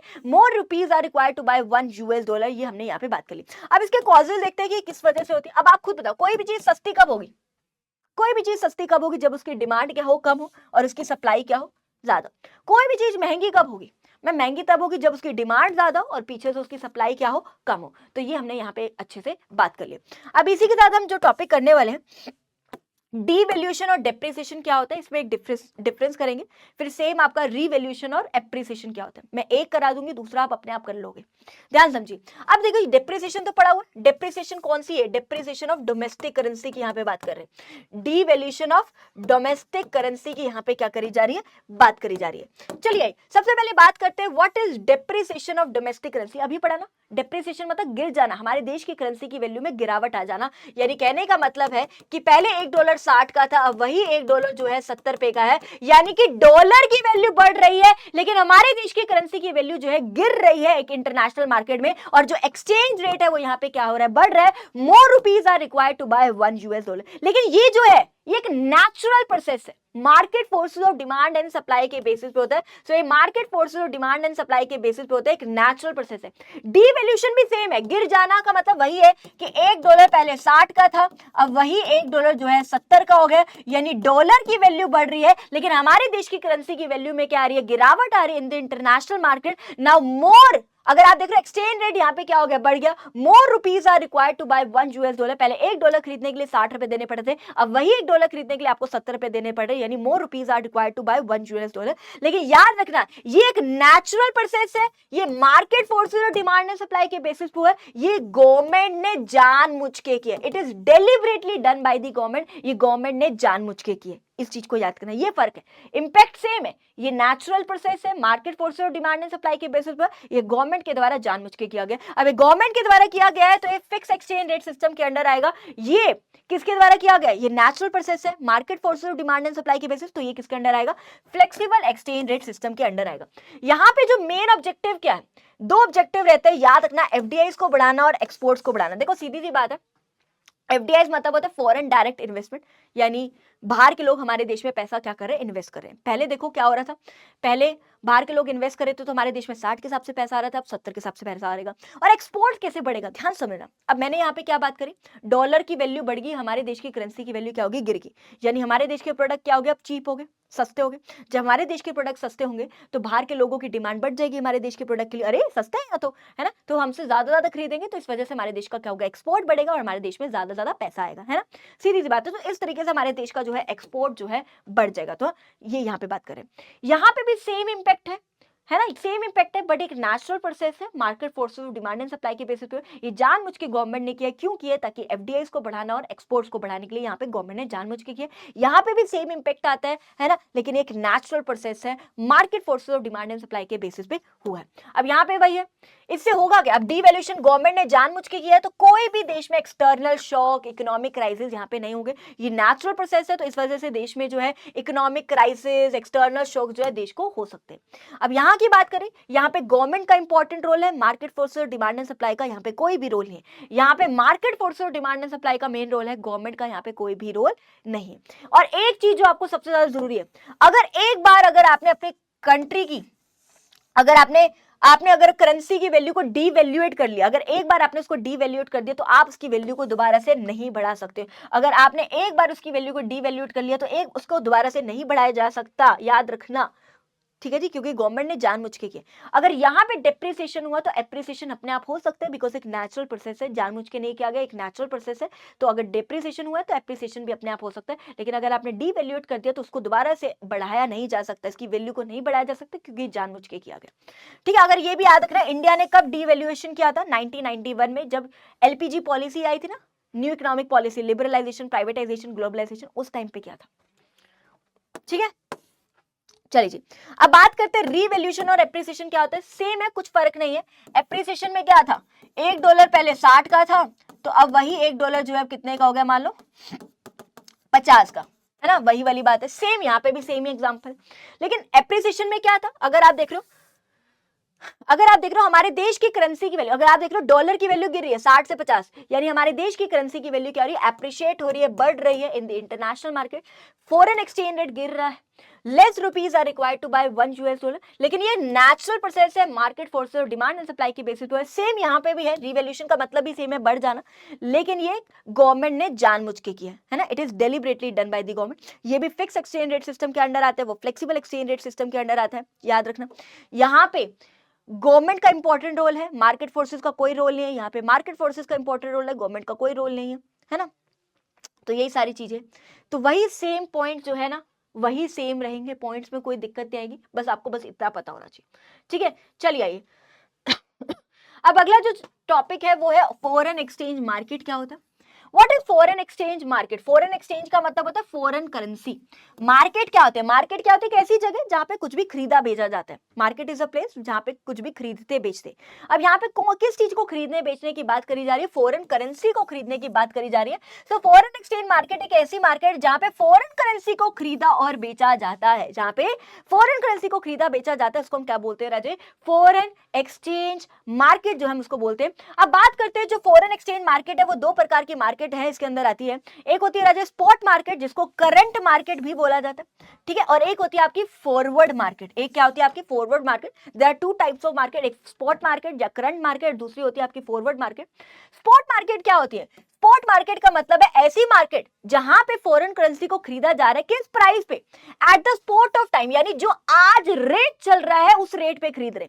अगर आज रेट चल रहा है $1.60 का, तो उसी रेट पे हम खरीद या तो बेच रहे हैं। अगर आज चल रहा है रेट $1.80 का, तो इसी रेट पे खरीद बेच रहे हैं, यानी at the spot of time, current पे, जो अब करंट प्राइस चल रहा है उस प्राइस पे खरीदेंगे या तो बेचेंगे, उसको बोलते हैं स्पॉट मार्केट। यानी यहां पे फॉरेन करेंसी को जो भी खरीदा या बेचा जाता है वो डेली बेसिस पे, जो आज रेट चल रहा है उसके बेसिस पे, इसी को इसलिए हम इसको स्पॉट रेट ऑफ एक्सचेंज भी बोलते हैं। क्या बोलते हैं इसको, याद रखना, एक तो स्पॉट मार्केट, इसको स्पॉट रेट ऑफ एक्सचेंज भी बोलते हैं। यानी स्पॉट रेट ऑफ एक्सचेंज का मतलब जो आज रेट ऑफ एक्सचेंज चल रहा है उसी रेट पे, उसी प्राइस पे जो है फॉरेन करेंसी को खरीदा या तो बेचा जाएगा, और इसी को हम करंट मार्केट भी बोलते हैं। यानी करंट प्राइस पे, जो करंट अब चल रहा है रेट, उस पे खरीदा बेचा जाएगा। नेक्स्ट है मेरे बच्चे फॉरवर्ड मार्केट क्या होता है, ध्यान से देखिए। नेक्स्ट पॉइंट क्या है राजा आपका, फॉरवर्ड मार्केट क्या सॉरी फॉरवर्ड का मतलब क्या होता है राजा, फ्यूचर। फॉरवर्ड मतलब फ्यूचर, यानी फॉरवर्ड मार्केट क्या है, एक ऐसी मार्केट है जहां पे फॉरेन करेंसी को कब खरीदा बेचा जाएगा, फ्यूचर में खरीदा बेचा जाएगा, लेकिन किस प्राइस पर, जो हमने आज डिसाइड किया। समझाती हूँ। मान लो राजे, ये एक मैं हूं, बायर ले लेती हूँ मैं अपने आप को, ये मैं हूं, आई एम द बायर, और एक और पर्सन है, वो मान लो है सेलर, ठीक है। इसने मुझे बेचा, फॉरेन करेंसी मान लो डॉलर वगैरह मैंने जो है इससे खरीदा, ये बेच रहा है, मैं खरीद रही हूँ, मैंने इससे फॉरेन करेंसी खरीदनी है, तो मुझे इसको पैसा देना पड़ेगा। तो मैंने बोला यार देख, आज तो मेरे पास पैसा नहीं है यार, मैंने सोचा तो मेरे पास पैसा आ जाएगा, बट है नहीं, तो भाई मैं तो तेरे से महीने की आखिरी तारीख को ही खरीद पाऊंगा, आज तो मेरे पास पैसा नहीं। उसने कहा कोई नहीं। आज लेकिन जो डॉलर का रेट चल रहा है ना मार्केट में, आज मान लो डॉलर का रेट चल रहा है 70 रुपए, एग्जाम्पल लेती हूँ, $1 70 रुपए का है, लेकिन मेरे को ना एक इंट्यूशन आ रही है, गट फीलिंग आ रही है ना। हमने क्या बोला कि मैं तेरे से जो है मान लो 30 मई को खरीदूंगा, इन दोनों के बीच में कॉन्ट्रैक्ट हुआ कि चलो फ्यूचर में खरीदा जाएगा, कोई बात नहीं, आज पैसा नहीं उसके पास तो हम फ्यूचर में खरीदेंगे, लेकिन मुझे गट फीलिंग आ रही है कि भाई आज तो रेट 70 रुपए, लेकिन मुझे गट फीलिंग है कि फ्यूचर में जो रेट है वो 80 के आसपास जाएगा, तो भाई मुझे तो नुकसान हो जाएगा, 70 की जगह 80 रुपए में खरीदना पड़ेगा, मुझे नुकसान हो जाएगा। तो हम क्या है, एक फ्यूचर कॉन्ट्रैक्ट में, एक फॉरवर्ड कॉन्ट्रैक्ट में, जिसमें मैंने आज हम दोनों ने प्राइस फिक्स कर लिया कि $1 जो है 75 रुपए में खरीदेंगे, है ना। मैं 75 में खरीदूंगी, वो 75 में बेचेगा इस फ्यूचर डेट पे, ठीक है। ये हुआ, ठीक है, हमारे बीच में एक कॉन्ट्रैक्ट हुआ। तो यही फॉरवर्ड मार्केट है। फॉरवर्ड मार्केट मतलब फ्यूचर मार्केट क्या है, यहाँ पे क्या है, जहां पे फॉरेन करेंसी को जो खरीदा या तो बेचा जा रहा है, वो खरीदा बेचा फ्यूचर में जा रहा है, लेकिन किस प्राइस पर, जो हमने आज डिसाइड किया, जो हमारे बीच में कॉन्ट्रैक्ट हुआ, जो हमने आज डिसाइड किया। लेट्स से अगर मैं बात करूं, ठीक है, अब 30 मई आ गई, ठीक है जी, मान लो अगर बात करें 30 मई को रेट निकल के आया $1 का, मान लो 78 रुपीज, कितने का निकल के आया, मान लो 78। अरे भाई मेरी तो बल्ले बल्ले होगी, है ना। मैंने कहा अरे भाई मैं तो कितने में खरीदूंगी, 75 रुपए में खरीदूंगी, है ना। तो भाई मैं तो 75 रुपए में खरीदूंगी, अब इसको 75 रुपए में बेचना पड़ेगा, तो भाई मैंने 75 रुपए में क्या करा, अब खरीद लिया, है ना। अब भाई मुझे 3 रुपए के, मैंने अपने लॉस से क्या कर लिया, मैंने अपने आप को प्रोटेक्ट कर लिया, to avoid the risk losses, मैंने 3 रुपए के लॉस से अपने आप को क्या कर लिया, प्रोटेक्ट कर लिया। 78 मार्केट में चल रहा था प्राइस, और मैंने कितने में खरीदा, 75 में खरीदा। दूसरा, मैं स्पेक्युलेटिव गेन भी कमा पाऊंगी। स्पेक्युलेटिव गेन का मतलब क्या होता है कि अब मैंने फटाफट से 75 में खरीद लिया, सस्ते में खरीदा, साथ के साथ 78 में बेच के 3 रुपए का प्रॉफिट भी कमा लूंगी, 3 रुपए का प्रॉफिट भी कमा लूंगी, यानी स्पेक्युलेटिव गेन्स।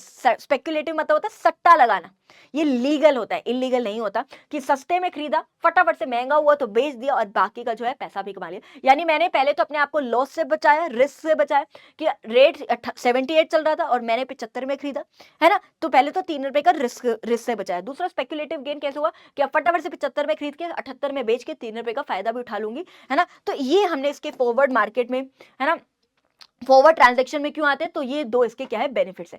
तो यही होता है फॉरवर्ड मार्केट, ऐसी मार्केट है जहां पे फॉरेन करेंसी को खरीदा बेचा जाता है, is done on specified future date पे। स्पेसिफाइड फ्यूचर डेट में हम खरीदते बेचते हैं, बट एट दैट रेट, उस प्राइस पे खरीदा बेचा जाता है, विच इज एग्रीड और डिसाइडेड टुडे, जो हमने आज डिसाइड किया है, ठीक है। It does not deal with spot transaction, spot transaction से डील नहीं होता, फ्यूचर से रिलेटेड ट्रांजैक्शन होती है, फ्यूचर रिलेटेड ट्रांजैक्शन जो है इसके अंदर होती है। नॉर्मल है, इजी है, चले।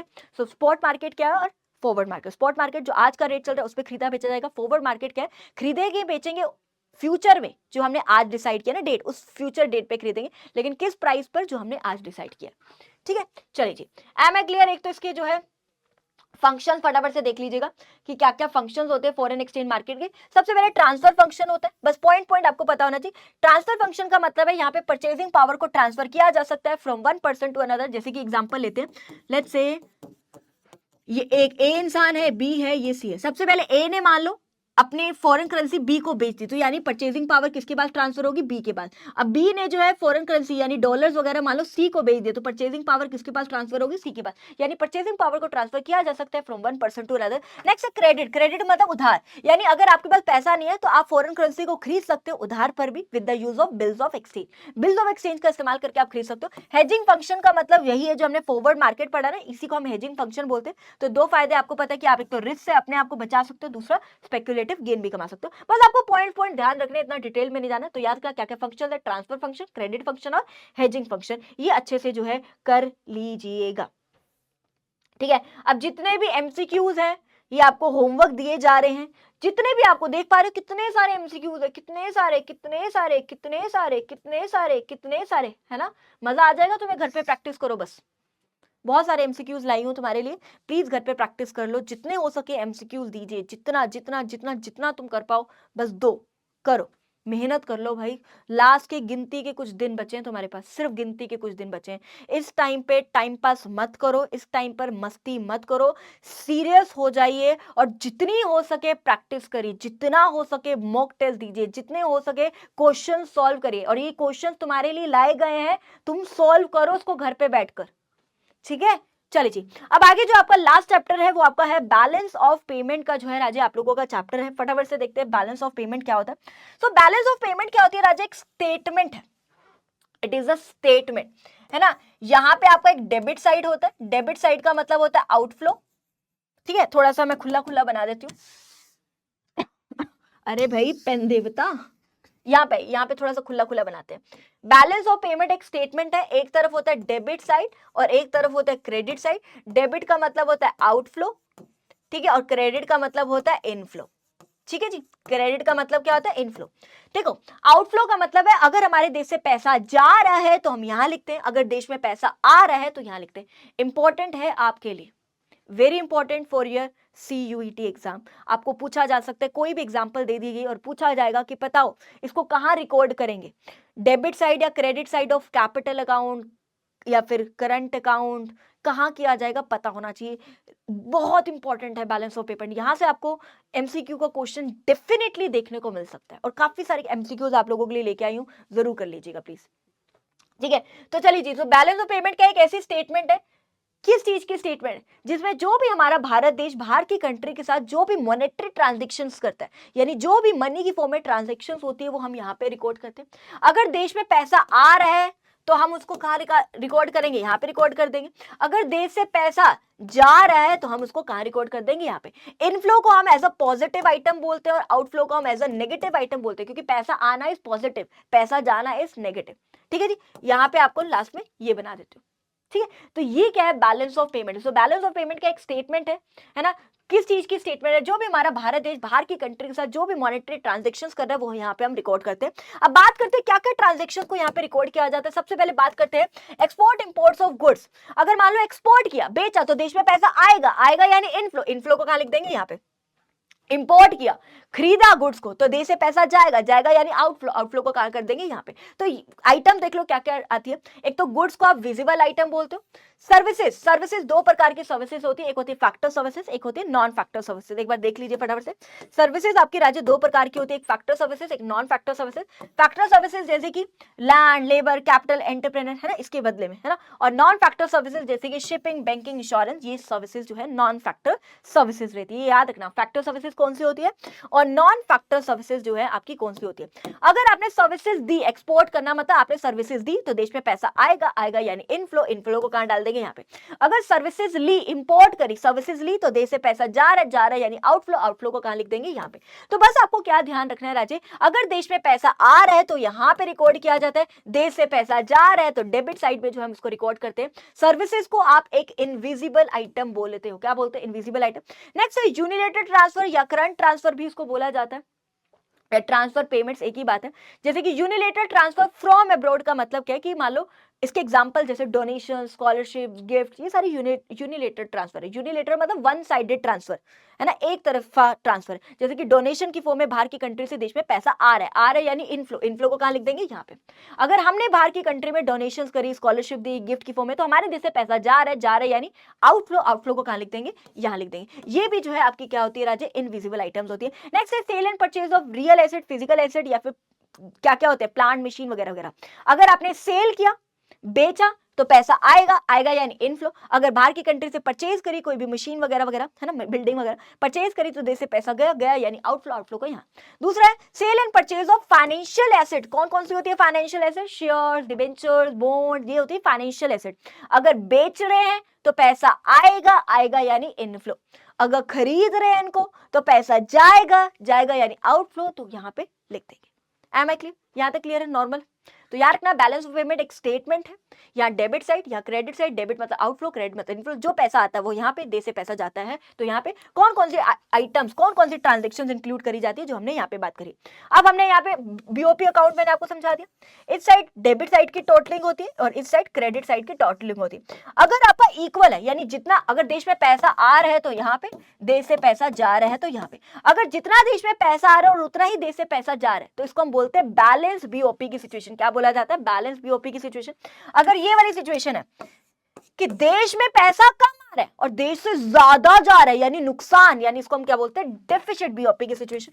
और अगर ये वाली सिचुएशन है कि देश में पैसा ज्यादा आ रहा है और देश से कम जा रहा है, पैसा ज्यादा आ रहा है यानी सरप्लस, तो ये कौन सी है? सरप्लस बीओपी की सिचुएशन बोलते हैं। ठीक है, अब एक चीज ध्यान से समझिए। अब जो आपका बीओपी है उसमें हम क्या क्या पढ़ने वाले हैं, ध्यान से समझिए। बीओपी के क्या क्या कंपोनेंट्स? एक होता है करंट अकाउंट, एक होता है कैपिटल अकाउंट और एक होता है राजा आपका ऑफिशियल रिजर्व अकाउंट। ठीक है जी। अब ध्यान से समझना, मैं आपको यहीं से समझा रही हूँ। बीओपी बाप है, इसके आगे तीन कंपोनेंट्स है यानी बच्चे, करंट अकाउंट है, कैपिटल अकाउंट है, एक ऑफिशियल रिजर्व अकाउंट है। ध्यान समझना, अगर खाली सबसे पहली आइटम को लिया जाए तो ये होती है आपकी बैलेंस ऑफ ट्रेड के अंदर आती है। खाली फर्स्ट आइटम आपकी बैलेंस ऑफ ट्रेड में आती है। स्टार्टिंग के तीन आइटम जो है वो आपकी करंट अकाउंट में आती है और लास्ट की जो दो आइटम्स है वो आपकी कैपिटल अकाउंट के अंदर आती है। याद रखिएगा, पहली तीन आइटम करंट अकाउंट में, आखिरी की दो कैपिटल अकाउंट में, और सिर्फ पहली वाली जो है बैलेंस ऑफ ट्रेड के अंदर जो है आती है। ठीक है, सबसे पहले एक बार हम बैलेंस ऑफ ट्रेड की बात करते हैं। नहीं, करंट अकाउंट रह गया ना हमारा। सबसे पहले करंट अकाउंट की बात करते हैं फिर balance of trade. So current account भी क्या है? करंट अकाउंट एक अकाउंट है, एक स्टेटमेंट है जहां पे इस तरफ डेबिट बैलेंस होता है, इस तरफ क्रेडिट बैलेंस। डेबिट का मतलब देश से पैसा जा रहा है और क्रेडिट का मतलब देश में पैसा आ रहा है। सो करंट अकाउंट भी क्या एक ऐसा अकाउंट है जहां पे हम मॉनेटरी ट्रांजैक्शंस को रिकॉर्ड करते हैं, जो भी हमारा भारत देश बाहर की कंट्री के साथ ट्रांजैक्शंस करता है, लेकिन वो ट्रांजैक्शन यहाँ पे रिकॉर्ड करी जाती है जिससे हमारे देश की कोई भी एसेट्स और लायबिलिटीज इंपैक्ट नहीं होती। ना ही कोई एसेट बढ़ रही है ना कम हो रही है, ना ही देश के ऊपर कोई कर्जा बढ़ रहा है ना ही देश के ऊपर कोई कर्जा कम हो रहा है, यानी कोई भी एसेट या कोई भी लायबिलिटीज पे यहाँ पे कोई भी इंपैक्ट नहीं आता है। और इसके अंदर क्या क्या आता है फटाफट से देख लीजिए। तीन मैंने आपको बताया था, पहली जो तीन ट्रांजैक्शंस आइटम्स है वो इसके अंदर आती है।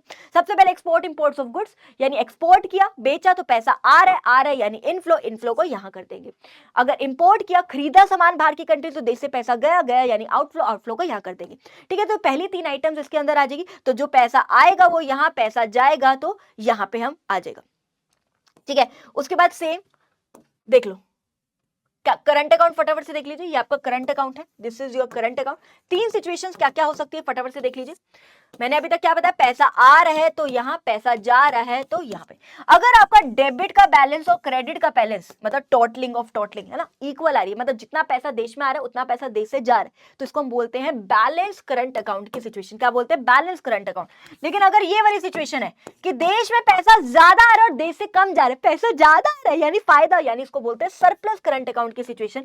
और अगर ये वाली सिचुएशन है कि देश से पैसा ज्यादा जा रहा है, देश में कमा रहा है, पैसा ज्यादा जाना नुकसान, यानी इसको हम बोलते हैं डेफिसिट करंट अकाउंट की सिचुएशन जो है, इसको राजे हम क्या करते हैं?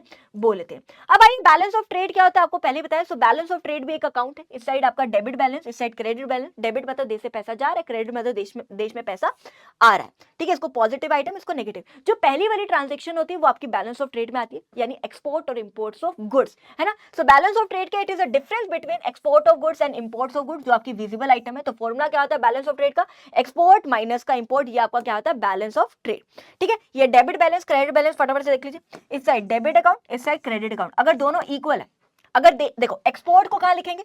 यहाँ पे। एक्सपोर्ट मतलब बेचना, पैसा आना, आना यानी इनफ्लो, इनफ्लो यानी यहाँ पे। एक्सपोर्ट को यहाँ लिख देंगे। और इंपोर्ट मतलब सामान खरीद रहे, देश से पैसा गया, गया यानी आउटफ्लो, आउटफ्लो यानी यहाँ पे, है ना। तो ये क्या आ जाएगी आपकी? इंपोर्ट्स। ठीक है। अगर डेबिट का बैलेंस और क्रेडिट का बैलेंस इक्वल है, यानी जितना पैसा देश में आ रहा है उतना ही पैसा देश से जा रहा है, तो अगर ये वाली सिचुएशन है तो हम इसको क्या बोलेंगे, बैलेंस बीओटी की सिचुएशन, यानी बैलेंस बीओटी की सिचुएशन।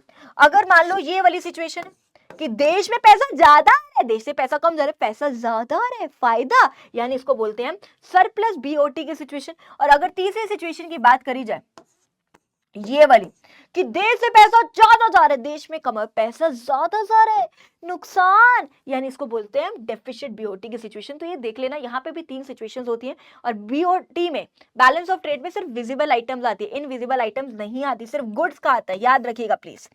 ठीक है जी, सिर्फ गुड्स का आता है। तो हमने करंट अकाउंट कर लिया है ना, अब कैपिटल अकाउंट करते हैं, फिर ऑफिशियल रिजर्व अकाउंट करेंगे। ठीक है, ऑलमोस्ट फिर चैप्टर जल्दी से बस आपका खत्म हो जाएगा, जितने भी इंपॉर्टेंट चीजें आपको सब कुछ करवा रही हूँ। अब आज कैपिटल अकाउंट क्या होता है, तो राजा आपका कैपिटल अकाउंट इंपॉर्टेंट है, अच्छे से कर लीजिए please, very important. Capital account क्या है, ऐसे एक स्टेटमेंट है जिसके अंदर हम क्या रिकॉर्ड करते हैं, जो भी हमारा भारत देश बाहर की कंट्री के साथ जो भी मॉनेटरी ट्रांजैक्शन कर रहे हैं, जिसमें मनी का लेन देन हो रहा है, वो ट्रांजैक्शन को यहाँ पे हम क्या करते हैं, रिकॉर्ड करते हैं। इस साइड डेबिट अकाउंट होता है और इस साइड क्रेडिट अकाउंट होता है। डेबिट का मतलब देश से पैसा जा रहा है यानी कि आउटफ्लो, क्रेडिट का मतलब देश में पैसा आ रहा है यानी कि इनफ्लो, और लास्ट में जो भी होता है ऐसे, है ना, सीधी सी बात है। अब आइए, सो अगर आपको याद हो, मैंने पहले आपको क्या बताया था, लास्ट की जो 2 आइटम्स है, लास्ट की जो 2 आइटम्स है वो आपकी किस में आती है, कैपिटल अकाउंट में आती है। कौन कौन सी है, sale and purchase of physical asset, plant, machinery, building, इसको हम एफडीआई भी बोल देते हैं, इसी को एफडीआई बोला जाता है। यानी बाहर के लोग जो है हमारे देश में आके पैसा इन्वेस्ट कर रहे हैं, मशीन खरीद रहे हैं, बिल्डिंग्स वगैरह खरीद रहे हैं, यानी एफडीआई के फॉर्म में हमारे देश में पैसा आ रहा है। ठीक है, और इसी को लास्ट वाला जो है शेयर्स, बॉन्ड, इसी को हम एफआईआई बोलते हैं, फॉरेन इंस्टीट्यूशनल इन्वेस्टमेंट, या फिर इसी को पोर्टफोलियो इन्वेस्टमेंट भी बोला जाता है। ध्यान समझिए, एफआईआई को यानी फॉरेन इंस्टीट्यूशनल इन्वेस्टमेंट को ही आप पोर्टफोलियो इन्वेस्टमेंट भी बोलते हो। क्या बोलते हो राजे, पोर्टफोलियो इन्वेस्टमेंट भी हम इसको बोलते हैं। इस चीज को आप जरूर याद रखना, इसको आप एफडीआई, इसको आप एफआईआई बोलते हो, बस आपको इतना ध्यान रखना। ठीक है, तो ध्यान से समझो। तो इन फॉरेन इन्वेस्टमेंट में एफडीआई और एफआईआई को हम पोर्टफोलियो इन्वेस्टमेंट कहते हैं। अगर हमारे देश में एफडीआई की फॉर्म में पैसा आ रहा है यानी इनफ्लो, इनफ्लो को कहां लिख देंगे, यहाँ। अगर हम बाहर के देश में एफडीआई की फॉर्म में पैसा लगा रहे हैं, मशीन वगैरह खरीद रहे हैं, तो देश से पैसा जा रहा है यानी आउटफ्लो, आउटफ्लो को कहां लिख देंगे, यहां पर लिख देंगे। दूसरा एफआईआई, अगर हमारे देश में एफआईआई के फॉर्म में पैसा आ रहा है, मतलब मान लो बाहर के लोगों ने हमारे कंट्री के जो कंपनीज होती है ना, उसके शेयर्स खरीदे, तो पैसा आ रहा है यानी इनफ्लो, इनफ्लो मतलब ये। अगर हमने बाहर की कंट्री के मान लो शेयर्स खरीदे है ना, तो हमारे देश से पैसा जा रहा है, मतलब एफआईआई है ना, हमने इन्वेस्ट किया, तो हमारे देश से पैसा जा रहा है यानी आउटफ्लो, आउटफ्लो का यहाँ लिखते हैं। तो हमेशा याद रखना, पैसा आना इज इनफ्लो क्रेडिट साइड, पैसा जाना इज आउटफ्लो यानी डेबिट साइड। इसके अलावा बोरिंग्स और लेंडिंग्स, लेंडिंग्स का मतलब है कि आप पैसा किसी को उधार दे रहे हो, उधार दिया, मैंने किसी को पैसा उधार दिया, बाहर के लोगों को उधार दिया, तो मेरे पास से पैसा गया, देश से पैसा गया यानी आउटफ्लो। लेंडिंग्स को कहां लिख देंगे, यहाँ पे। बोरिंग्स का मतलब है आप पैसा उधार ले रहे हो, तो देश में पैसा आ रहा है यानी इनफ्लो, इनफ्लो को कहां लिख देंगे, यहाँ पे। अब बोरिंग्स राजा आपकी 2 प्रकार की होती है, एक होती है एक्सटर्नल कमर्शियल बोरिंग्स और एक होती है राजा आपकी external assistance borings. External commercial borings क्या होती है, यहाँ पे आप जो भी बाहर की कंट्री से उधार लेते हो वो एक मार्केट रेट ऑफ इंटरेस्ट पे लेते हो, जो मार्केट में रेट ऑफ इंटरेस्ट चल रहा है उस पे लिया। मान लो लेट्स से मार्केट में रेट ऑफ इंटरेस्ट चल रहा है 12%, तो मैंने जो भी उधार लिया वो 12% यानी मार्केट रेट ऑफ इंटरेस्ट पे जो है उधार लिया, क्योंकि उधार लूंगी तो ब्याज तो चुकाऊंगी ना, सीधी सी बात है। तो मैंने जो भी उधार लिया वो मार्केट रेट ऑफ इंटरेस्ट पे लिया।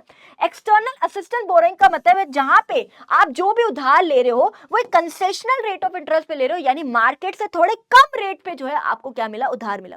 ये हो जाता है कई बार, जैसे कि कई बार होता है कि किसी कंट्री की फाइनेंशियल कंडीशन बहुत गंदी है, बहुत बुरी है ना, तो उसकी हालत अच्छी नहीं है, देश में बहुत ज्यादा पैसे की तंगी है, तो कई बार बाहर के लोग जो है हमें काफी कम रेट ऑफ इंटरेस्ट पे उधार दे देते हैं कि देश की हालत बहुत गंभीर है उस सिचुएशन में। तो याद रखना, एक्सटर्नल असिस्टेंट बोरिंग का मतलब है कि आप जो भी बाहर की कंट्री से उधार ले रहे हो वो मार्केट से कम रेट पे, यानी कंसेशनल रेट ऑफ इंटरेस्ट मतलब मार्केट से कम रेट पे, मान लो 10% पे मिल गया, मार्केट रेट मान लो 12% था, तो कंसेशनल रेट मान लो 10%। है ना। तो मार्केट से कम रेट ऑफ इंटरेस्ट पे आप क्या कर रहे हो, यहाँ पे उधार ले रहे हो, तो उधार ले रहे हो तो पैसा आ रहा है जो यानी इनफ्लो। नेक्स्ट है अदर्स में एनआरआई डिपॉजिट। एनआरआई मतलब नॉन रेजिडेंट ऑफ इंडिया, यानी बाहर के जो एनआरआईज है वो हमारे देश में पैसा लगा रहे हैं, इन्वेस्ट कर रहे हैं, तो पैसा आ रहा है, डिपॉजिट कर रहे हैं, तो देश में पैसा आना इज इनफ्लो। नेक्स्ट है बैंकिंग कैपिटल। बैंकिंग कैपिटल का मतलब है कि बाहर के जो बैंक्स है वो हमारे देश के बैंक में पैसा जमा कर रहे हैं, तो देश में पैसा आना यानी इनफ्लो। वैसे ही दूसरी तरफ अगर हम जो है हमारे देश के जो बैंक्स है वो बाहर की कंट्रीज के बैंक में पैसा जमा करे तो देश से पैसा जाना यानी आउटफ्लो। ठीक है। Next short term trade credit. Short term मतलब छोटे समय की बात करी जाए, ट्रेड का मतलब व्यापार की बात करी जाए, क्रेडिट का मतलब लोन। मान लो मैंने लोन लिया बाहर की कंट्री से छोटे पीरियड ऑफ टाइम के लिए, किस लिए, व्यापार चलाने के लिए। मैंने बाहर की कंट्री से एक शॉर्ट पीरियड ऑफ टाइम के लिए क्या लिया, लोन लिया, है ना। क्रेडिट मतलब लोन लिया, एक व्यापार के लिए, अपने बिजनेस के लिए लिया, तो देश में पैसा आ रहा है यानी इनफ्लो। वैसे ही मैंने किसी बाहर के लोग को, बाहर के व्यक्ति को, बाहर की कंट्री को जो है मान लो लोन दिया छोटे पीरियड ऑफ टाइम के लिए, किस लिए दिया, ट्रेड के लिए दिया, व्यापार के लिए दिया, उसको बिजनेस सेटल होने के लिए उसको दिया, तो देश से पैसा जा रहा है यानी आउटफ्लो। तो सीधा इन शॉर्ट अगर बात करी जाए, पैसा आना इनफ्लो यानी क्रेडिट साइड, पैसा जाना यानी कि आउटफ्लो यानी कि डेबिट साइड। ठीक है जी, सिंपल। अब सेम यहां पे देख लो, कैपिटल अकाउंट की अगर यहां पे बात करी जाए तो पैसा आ रहा है तो यहां पैसा जा रहा है, तो यहां आता है आपका डेबिट साइड का बैलेंस, यहां पे आता है आपका क्रेडिट साइड का बैलेंस। अगर ये दोनों इक्वल है, यानी जितना पैसा आ रहा है उतना ही हमारे देश से पैसा जा रहा है, इक्वल है, तो उसको हम बोलते हैं बैलेंस कैपिटल अकाउंट की सिचुएशन। और अगर ये वाली सिचुएशन है, अगर आपकी ये वाली सिचुएशन है कि देश में पैसा ज्यादा आ रहा है और जा कम रहा है, पैसा ज्यादा फायदा यानी सरप्लस की सिचुएशन, इसको हम बोलते हैं सरप्लस कैपिटल अकाउंट की सिचुएशन। और अगर मैं तीसरी की बात करूं, अगर मैं ये वाली बात करूं कि देश से पैसा ज्यादा जा रहा है, देश में कम आ रहा है, पैसा ज्यादा जा रहा है, नुकसान यानी डेफिसिट, इसको हम क्या बोलते हैं, डेफिसिट कैपिटल अकाउंट की सिचुएशन। यहां तक क्लियर है? ठीक है। तो अभी तक हमने current account, capital account, balance of trade, ये सारी जो भी चीजें इंपॉर्टेंट थी वो सारी आपको करा दी गई। अब ऑफिशियल रिजर्व अकाउंट क्या होता है, ध्यान से समझ लो, ये बहुत जरूरी है आपके लिए, क्योंकि ऑफिशियल रिजर्व अकाउंट समझ आ जाएगा तो आपको आगे ऑटोनोमस और अकोमोडेटिंग आइटम जो कि इंपॉर्टेंट रहते हैं टॉपिक्स आपके लिए, वो तुम्हारे लिए ईजी हो जाएगा समझना। सबसे इंपॉर्टेंट टॉपिक रहता है आपका ऑटोनोमस आइटम्स क्या है और अकोमोडेटिंग आइटम्स क्या है। ये अच्छे से जितना भी करवा रही हूँ आपसे हाथ जोड़ के रिक्वेस्ट कर सकती हूँ बस कि प्लीज इनमें से एक भी टॉपिक मत छोड़ कर जाना, नहीं छोड़ के जाना। ये सारे टॉपिक्स बहुत अच्छे से करके जाएगा, वेरी इंपॉर्टेंट है आपके सीयूईटी के लिए। सारी चीजें इंपॉर्टेंट फैक्ट्स, क्योंकि सीरीज का नाम है फैक्ट्स की, हम यहाँ पे बात कर रहे हैं, आपको सारी इंपॉर्टेंट बातें यहाँ पे बताई जा रही है, अच्छे से सुन लो, बढ़िया हो जाएगा। प्रैक्टिस कर लो बस घर पे बैठ के इसकी। अब क्वेश्चन बहुत सारे लाई हूं, प्रैक्टिस कर लो। ठीक है, चलिए बात करते हैं what is official reserve account. देखो भाई क्या होता है, ये आरबीआई होता है। आरबीआई जो है एक मेंटेन करती है ऑफिशियल रिजर्व अकाउंट को, जो है मेंटेन करती है ऑफिशियल रिजर्व अकाउंट को, यहां मेंटेन करती है। ये ऑफिशियल रिजर्व अकाउंट होता क्या है, इसके अंदर फॉरेन करेंसी का रिजर्व होता है, इसके अंदर फॉरेन करेंसी का रिजर्व होता है। फॉरेन करेंसी मतलब जितनी भी फॉरेन करेंसीज है, डॉलर, पाउंड वगैरह, इसके अंदर जो है बहुत सारी फॉरेन करेंसीज का क्या रहता है, रिजर्व रहता है। ये ऑफिशियल रिजर्व अकाउंट होता क्या है, इसका यूज किया जाता है टू बैलेंस द बीओपी, इसका यूज किया जाता है to balance the BOP. BOP को बैलेंस करने के लिए जो है हम जो है ऑफिशियल रिजर्व अकाउंट का इस्तेमाल करते हैं। What is official reserve account, इसका इस्तेमाल किया जाता है बीओपी को बैलेंस करने के लिए। अभी समझाऊंगी बीओपी को बैलेंस करने का मतलब क्या। देखो भाई, हमारी बीओपी इक्विलिब्रियम में कब होगी, हमारी बीओपी इक्विलिब्रियम में कब होगी, जब आपका करंट अकाउंट का बैलेंस प्लस कैपिटल अकाउंट का बैलेंस प्लस कोई भी एरर्स या ओमिशंस, कोई आइटम, एरर मतलब कोई गलती होगी, ओमिशन मतलब कोई आइटम आपसे छूट गई, ओमिशन, वो शुड बी इक्वल टू क्या होना चाहिए, जीरो होना चाहिए। शुड बी इक्वल टू क्या होना चाहिए, जीरो। ध्यान से समझिए, आपकी बीओपी जो है इक्विलिब्रियम में कब आएगी, जब आपका करंट अकाउंट का बैलेंस प्लस कैपिटल अकाउंट का बैलेंस प्लस कोई भी एरर्स और ओमिशन, कुछ भी हुआ, कोई एरर मतलब कोई गलती होगी आपसे, ओमिशन मतलब कोई आइटम छूट गई, वो करने के बाद जो है आपका आंसर कितना आना चाहिए, जीरो होना चाहिए। तो आपकी बीओपी क्या हो जाती है, इक्विलिब्रियम की सिचुएशन में आती है।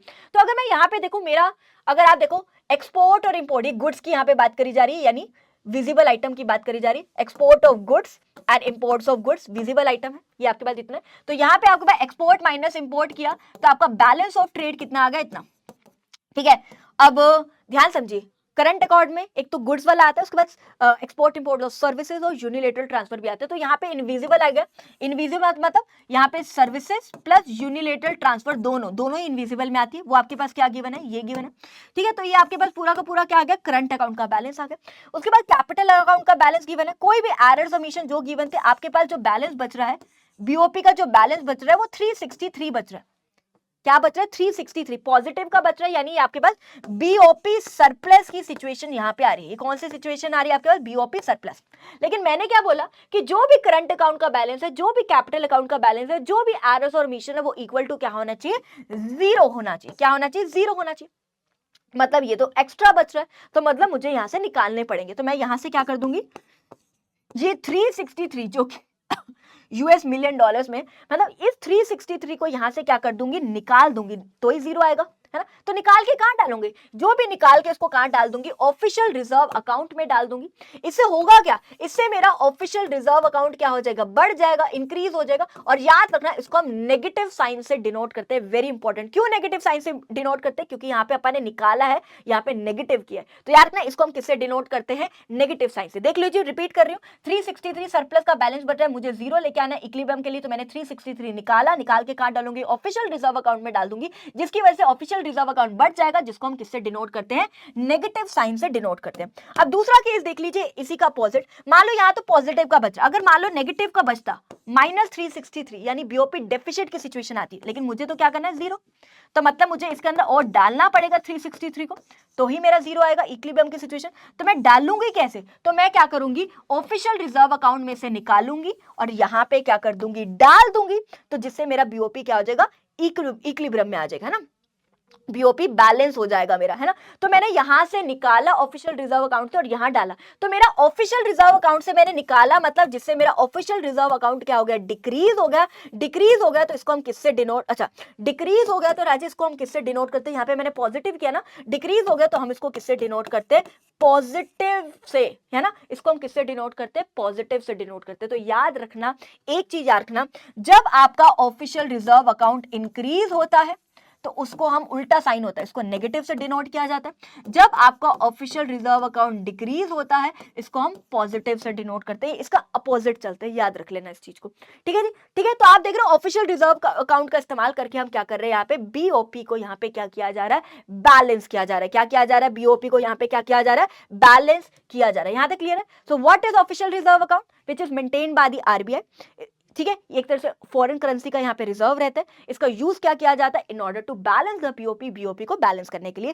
तो जो भी बीओपी सरप्लस या डेफिसिट की सिचुएशन आई है, उस सिचुएशन को बैलेंस करने के लिए, बीओपी को बैलेंस करने के लिए जो है इसको इस्तेमाल किया जाता है, ठीक है। यहाँ पे पॉजिटिव, यहाँ से क्या हुआ, ज्यादा था तो निकालना पड़ेगा, निकाल के ऑफिशियल रिजर्व अकाउंट में डाल दिया तो बढ़ गया, जिसको हम नेगेटिव साइन से। यहाँ पे कमी थी तो डालना पड़ा, कहां से डाला, यहाँ से निकाला और यहाँ पे डाल दिया, तो ऑफिशियल रिजर्व अकाउंट कम हो गया, डिक्रीज, तो जिसको हम पॉजिटिव साइन से डिनोट करते हैं, ठीक है। अब वेरी इंपॉर्टेंट, जो आपके ऑटोनोमस और अकोमोडेटिंग यहीं से करा रही हूं।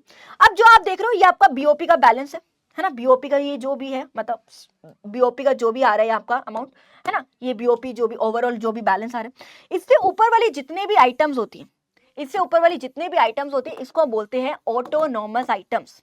इसको बोला जाता है ऑटोनोमस आइटम्स, या फिर इसको बोला जाता है above the line item of BOP, above the line item of BOP बोला जाता है, क्योंकि बीओपी के ऊपर है ना, अबव है, तो above the line item of BOP. और जो नाइन्थ है ना, इसको बोलते हैं हम अकोमोडेटिंग आइटम, इसको बोला जाता है अकोमोडेटिंग आइटम, या फिर इसको बोलते हैं हम below the line item of BOP, below the line item of BOP बोला जाता है। क्या बोला जाता है, below the line item of BOP. तो अगर आप देख रहे हो इसके बिलो बन रही है, तो इसको हम क्या बोलते हैं, below the line item of BOP. अब ध्यान से समझिए है क्या कंसेप्ट, अगर मैं बात करूं, ध्यान से समझना, अगर बात करी जाए जो आपके ऑटोनोमस आइटम्स है, अगर आप देख रहे हो, है ना, ये जो ऑटोनोमस आइटम्स है, जहां पे क्या हो रहा है, एक्सपोर्ट हो रहा है, इंपोर्ट हो रहा है, गुड्स सर्विसेज का, ये क्यों करी जाती है, ये ट्रांजैक्शन यहाँ पे क्यों करी जाती है, ठीक है, प्रॉफिट कमाने के लिए। तो यहाँ पे जो मेन ऑब्जेक्टिव है प्रॉफिट कमाना है, और इसी की वजह से जो है आपकी बीओपी या तो सरप्लस की सिचुएशन आती है, या फिर डेफिसिट यानी बीओपी इम्बैलेंस की सिचुएशन यहाँ पे आती है। अकोमोडेटिंग आइटम्स क्या होती है, जहां पे ऑफिशियल रिजर्व अकाउंट की मूवमेंट होती है, ऑफिशियल, है ना, अकोमोडेटिंग आइटम्स क्या है, जहां पे ऑफिशियल रिजर्व अकाउंट की मूवमेंट होती है, प्रॉफिट कमाने के लिए नहीं की जाती, यहाँ पे मूवमेंट ऑफिशियल रिजर्व अकाउंट की होती है जिसका मेन पर्पस ऑब्जेक्टिव क्या है, बीओपी को बैलेंस करना। जिसका मेन ऑब्जेक्टिव क्या है, बीओपी को बैलेंस करना। इसको हम above the line item of BOP बोलते हैं, इसको हम below the line item of BOP बोलते हैं। तो फटाफट से एक बार डिफरेंस देख लीजिए ऑटोनोमस आइटम्स और अकोमोडेटिंग आइटम्स की मैं यहाँ पे बात करूँ। सो ऑटोनोमस आइटम्स किस लिए करी जाती है, प्रॉफिट कमाने के लिए। किस लिए करी जाती है, ध्यान से देखिएगा, प्रॉफिट कमाना मेन ऑब्जेक्टिव है। जो भी हम ट्रांजेक्शंस करते हैं वो प्रॉफिट कमाने के लिए, एक्सपोर्ट इंपोर्ट। और अकोमोडेटिंग आइटम्स जो है इसमें जहाँ पे ऑफिशियल रिजर्व अकाउंट की मूवमेंट होती है, ये प्रॉफिट कमाने के लिए नहीं की जाती, फ्री है, मतलब यहाँ पे प्रॉफिट नहीं कमाना, प्रॉफिट कमाने के लिए नहीं। इसकी वजह से आपकी जो बीओपी है वो इम्बैलेंस होती है ना। इसकी वजह से ऑटोनॉमस की वजह से या तो बीओपी इम्बैलेंस होगी या बीओपी सरप्लस या डेफिशिएंट। ये जो ऑफिशियल रिजर्व अकाउंट है यानी अकोमोडेटिंग आइटम्स है ना, ये तो बीओपी को बैलेंस करता है, जो इम्बैलेंस हुई है उसको रीस्टोर करता है, उसको ठीक करता है ना। तो ये क्या है, ये तो रीस्टोर करता है, करेक्ट करता है जो बीओपी इम्बैलेंस हुई है। अब ऑटोनोमस आइटम यहाँ पे किस चीज का मूवमेंट होती है, गुड्स एंड सर्विसेज है ना, इन चीजों की मूवमेंट होती है। यहाँ पे किस चीज की मूवमेंट होती है, गुड्स वगैरह की। और यहाँ पे किस चीज की मूवमेंट होती है, अकोमोडेटिंग आइटम में, यहाँ पे ऑफिशियल रिजर्व अकाउंट की यहाँ पे क्या होती है, मूवमेंट होती है। यहाँ पे किस चीज की मूवमेंट होती है, ऑफिशियल रिजर्व अकाउंट की यहाँ पे मूवमेंट होती है। और ऑटोनोमस आइटम्स को हम क्या बोलते हैं, above the line item of BOP. Accommodating item को क्या बोलते हैं हम, below the line item of BOP. क्या बोलते हैं इसको, above the line item of BOP. इसको क्या बोला जाता है, below the line item of BOP. तो ये पूरा का पूरा आपका चैप्टर था। फटाफट से एक तो इंपॉर्टेंस कर लीजिए फटाफट से, फिर आज की क्लास को बस यहीं ओवर करेंगे। देखो भाई इंपॉर्टेंस क्या है बीओपी अकाउंट की। जो आप बीओपी अकाउंट मेंटेन करते हैं हम, बैलेंस ऑफ पेमेंट है ना, जो एक स्टेटमेंट बनाते हैं जहां पैसा आ रहा है तो हम यहां लिखते हैं, पैसा जा रहा है तो हम यहां लिखते हैं, है ना। जो हम स्टेटमेंट बनाते हैं इसका इंपॉर्टेंस क्या है, एक तो हमें फाइनेंशियल स्टेटस के बारे में पता चलता है कि कितना हमारे देश में पैसा आ रहा है, कितना हमारे देश से पैसा जा रहा है। दूसरा net factor income from abroad के बारे में पता चलता है कि फैक्टर इनकम फ्रॉम अब्रॉड कितना है, यानी देश में कितना पैसा, और फैक्टर इनकम टू अब्रॉड कितना है, यानी देश से पैसा कितना जा रहा है। नेक्स्ट एक्सपोर्ट इंपोर्ट स्टेटस के बारे में पता चलता है, कितना एक्सपोर्ट हो रहा है, कितना इंपोर्ट हो रहा है हमारे देश में। एक्सपोर्ट हो रहा है तो देश में पैसा आ रहा है, इंपोर्ट करे तो देश से पैसा जा रहा है, इसके बारे में पता चलता है। मार्केट पोटेंशियल के बारे में पता चलता है कि हमारे देश की मार्केट का क्या पोटेंशियल है। लेट्स से अगर एक्सपोर्ट कम हो रहा है, एक्सपोर्ट कम होने का मतलब है कि हमारे देश में प्रोडक्शन कम हो रही है, प्रोडक्शन कम हो रही है तो एक्सपोर्ट कम हो रहा है ना, सीधी सी बात है। तो हमें मार्केट का पोटेंशियल पता चलता है, ठीक है। अगर मैंने बोला हमारे देश का एक्सपोर्ट ज्यादा हो रहा है तो मैं बोलूंगी कि हमारी मार्केट में काफी पोटेंशियल तो है ना। एक्सपोर्ट ज्यादा होने का मतलब ये है कि हम अपने देश में ज्यादा प्रोडक्शन कर रहे हैं, ज्यादा एक्सपोर्ट कर रहे हैं, तो मतलब हमारे देश में क्या मार्केट का क्या पोटेंशियल है उसके बारे में पता चलता है। इससे हमें मॉनेटरी और फिस्कल पॉलिसीज के बारे में पता चलता है। मॉनेटरी पॉलिसीज याद रखना आरबीआई की पॉलिसीज होती है, और फिस्कल पॉलिसीज जो है वो किसकी पॉलिसी होती है, गवर्नमेंट की पॉलिसी होती है। सो बेसिकली आरबीआई और गवर्नमेंट को पॉलिसीज बनाने में हेल्प मिलती है। अब जैसे कि लेट्स से हमने देखा, गवर्नमेंट ने देखा कि देश से पैसा ज्यादा जा रहा है और देश में पैसा कम आ रहा है, मतलब देश में लोगों के पास पैसा नहीं है। गवर्नमेंट और आरबीआई दोनों ने देखा है ना, देश से पैसा ज्यादा जा रहा है, मतलब देश में लोगों के पास पैसा नहीं है। तो आरबीआई कहती है लोगों के पास पैसा नहीं है तो दो ना, लोगों को दो पैसा, है ना। आरबीआई क्या कहती है, लोगों को दो पैसा। तो इस केस में आप बताओ आरबीआई क्या करेगी, सीआरआर, एसएलआर, इन सबको क्या कर देगी, कम कर देगी, इन रिजर्व्स को कम कर देगी, ताकि लोगों को पैसा मिले, मनी की सप्लाई बढ़े मार्केट में, उस तरीके से। अब पैसा नहीं है लोगों के पास तो गवर्नमेंट क्या करेगी, लोगों को पैसा आए तो गवर्नमेंट क्या करेगी, इस केस में गवर्नमेंट अपने खर्चों को बढ़ा देगी, टैक्सेस कम कर देगी, पब्लिक बोरिंग्स कम कर देगी, है ना, आरबीआई से बोरिंग्स बढ़ा देगी। तो ये सब चीजें करेगी। तो बेसिकली इससे हमें ये पता चलता है कि हमारे देश में क्या कंडीशन है ना, कितना लोगों के पास पैसा है, कितना नहीं, ये सारी चीजें तो जो हेल्प करती है आरबीआई को भी और गवर्नमेंट को भी पॉलिसीज बनाने में, कि वो सीआरआर, एसएलआर इन सबको बढ़ाए कम करे, या गवर्नमेंट अपने टैक्सेस खर्चों को बढ़ाए कम करे, आरबीआई से बोरिंग ज्यादा करे कम करे, पब्लिक बोरिंग ज्यादा करे कम करे, वगैरह वगैरह। तो गवर्नमेंट और आरबीआई को पॉलिसीज बनाने में यहाँ क्या मिलती है, ये कुछ क्वेश्चंस हैं छोटे छोटे, जितने भी आपको बेटा आपकी किताब के पीछे क्वेश्चंस दिखते हैं वो जरूर करके जाना। ये एमसीक्यूज आप देख पा रहे हो, एमसीक्यूज कितने सारे एमसीक्यूज है, अरे बाप रे कितने सारे एमसीक्यूज, कितने सारे अरे अरे अरे अरे अरे बाप रे, यानी इतने सारे एमसीक्यूज हैं। ये सारी चीजों को प्लीज प्लीज प्लीज करके आएगा। होमवर्क दिए हैं, बहुत सारे एमसीक्यूज हैं, थोड़े बहुत जो भी आपके न्यूमेरिकल, छोटे छोटे जितने भी न्यूमेरिकल्स आपकी किताब के पीछे आपको दिख जाएंगे, है ना, वो जरूर करके आएगा। प्लीज कर लीजिए, ठीक है। ये टाइम है बेटा, ये टाइम है आपका मेहनत करने का। अब टाइम प्लीज वेस्ट मत करिए। सो आई होप आपको आज की क्लास बहुत अच्छे से क्लियर होगी। सो बस फिर मिलते हैं आपसे जल्दी, ठीक है। चलिए जी, सो फिर take care, bye bye, all the very best for the exam, bye bye, take care, love you all.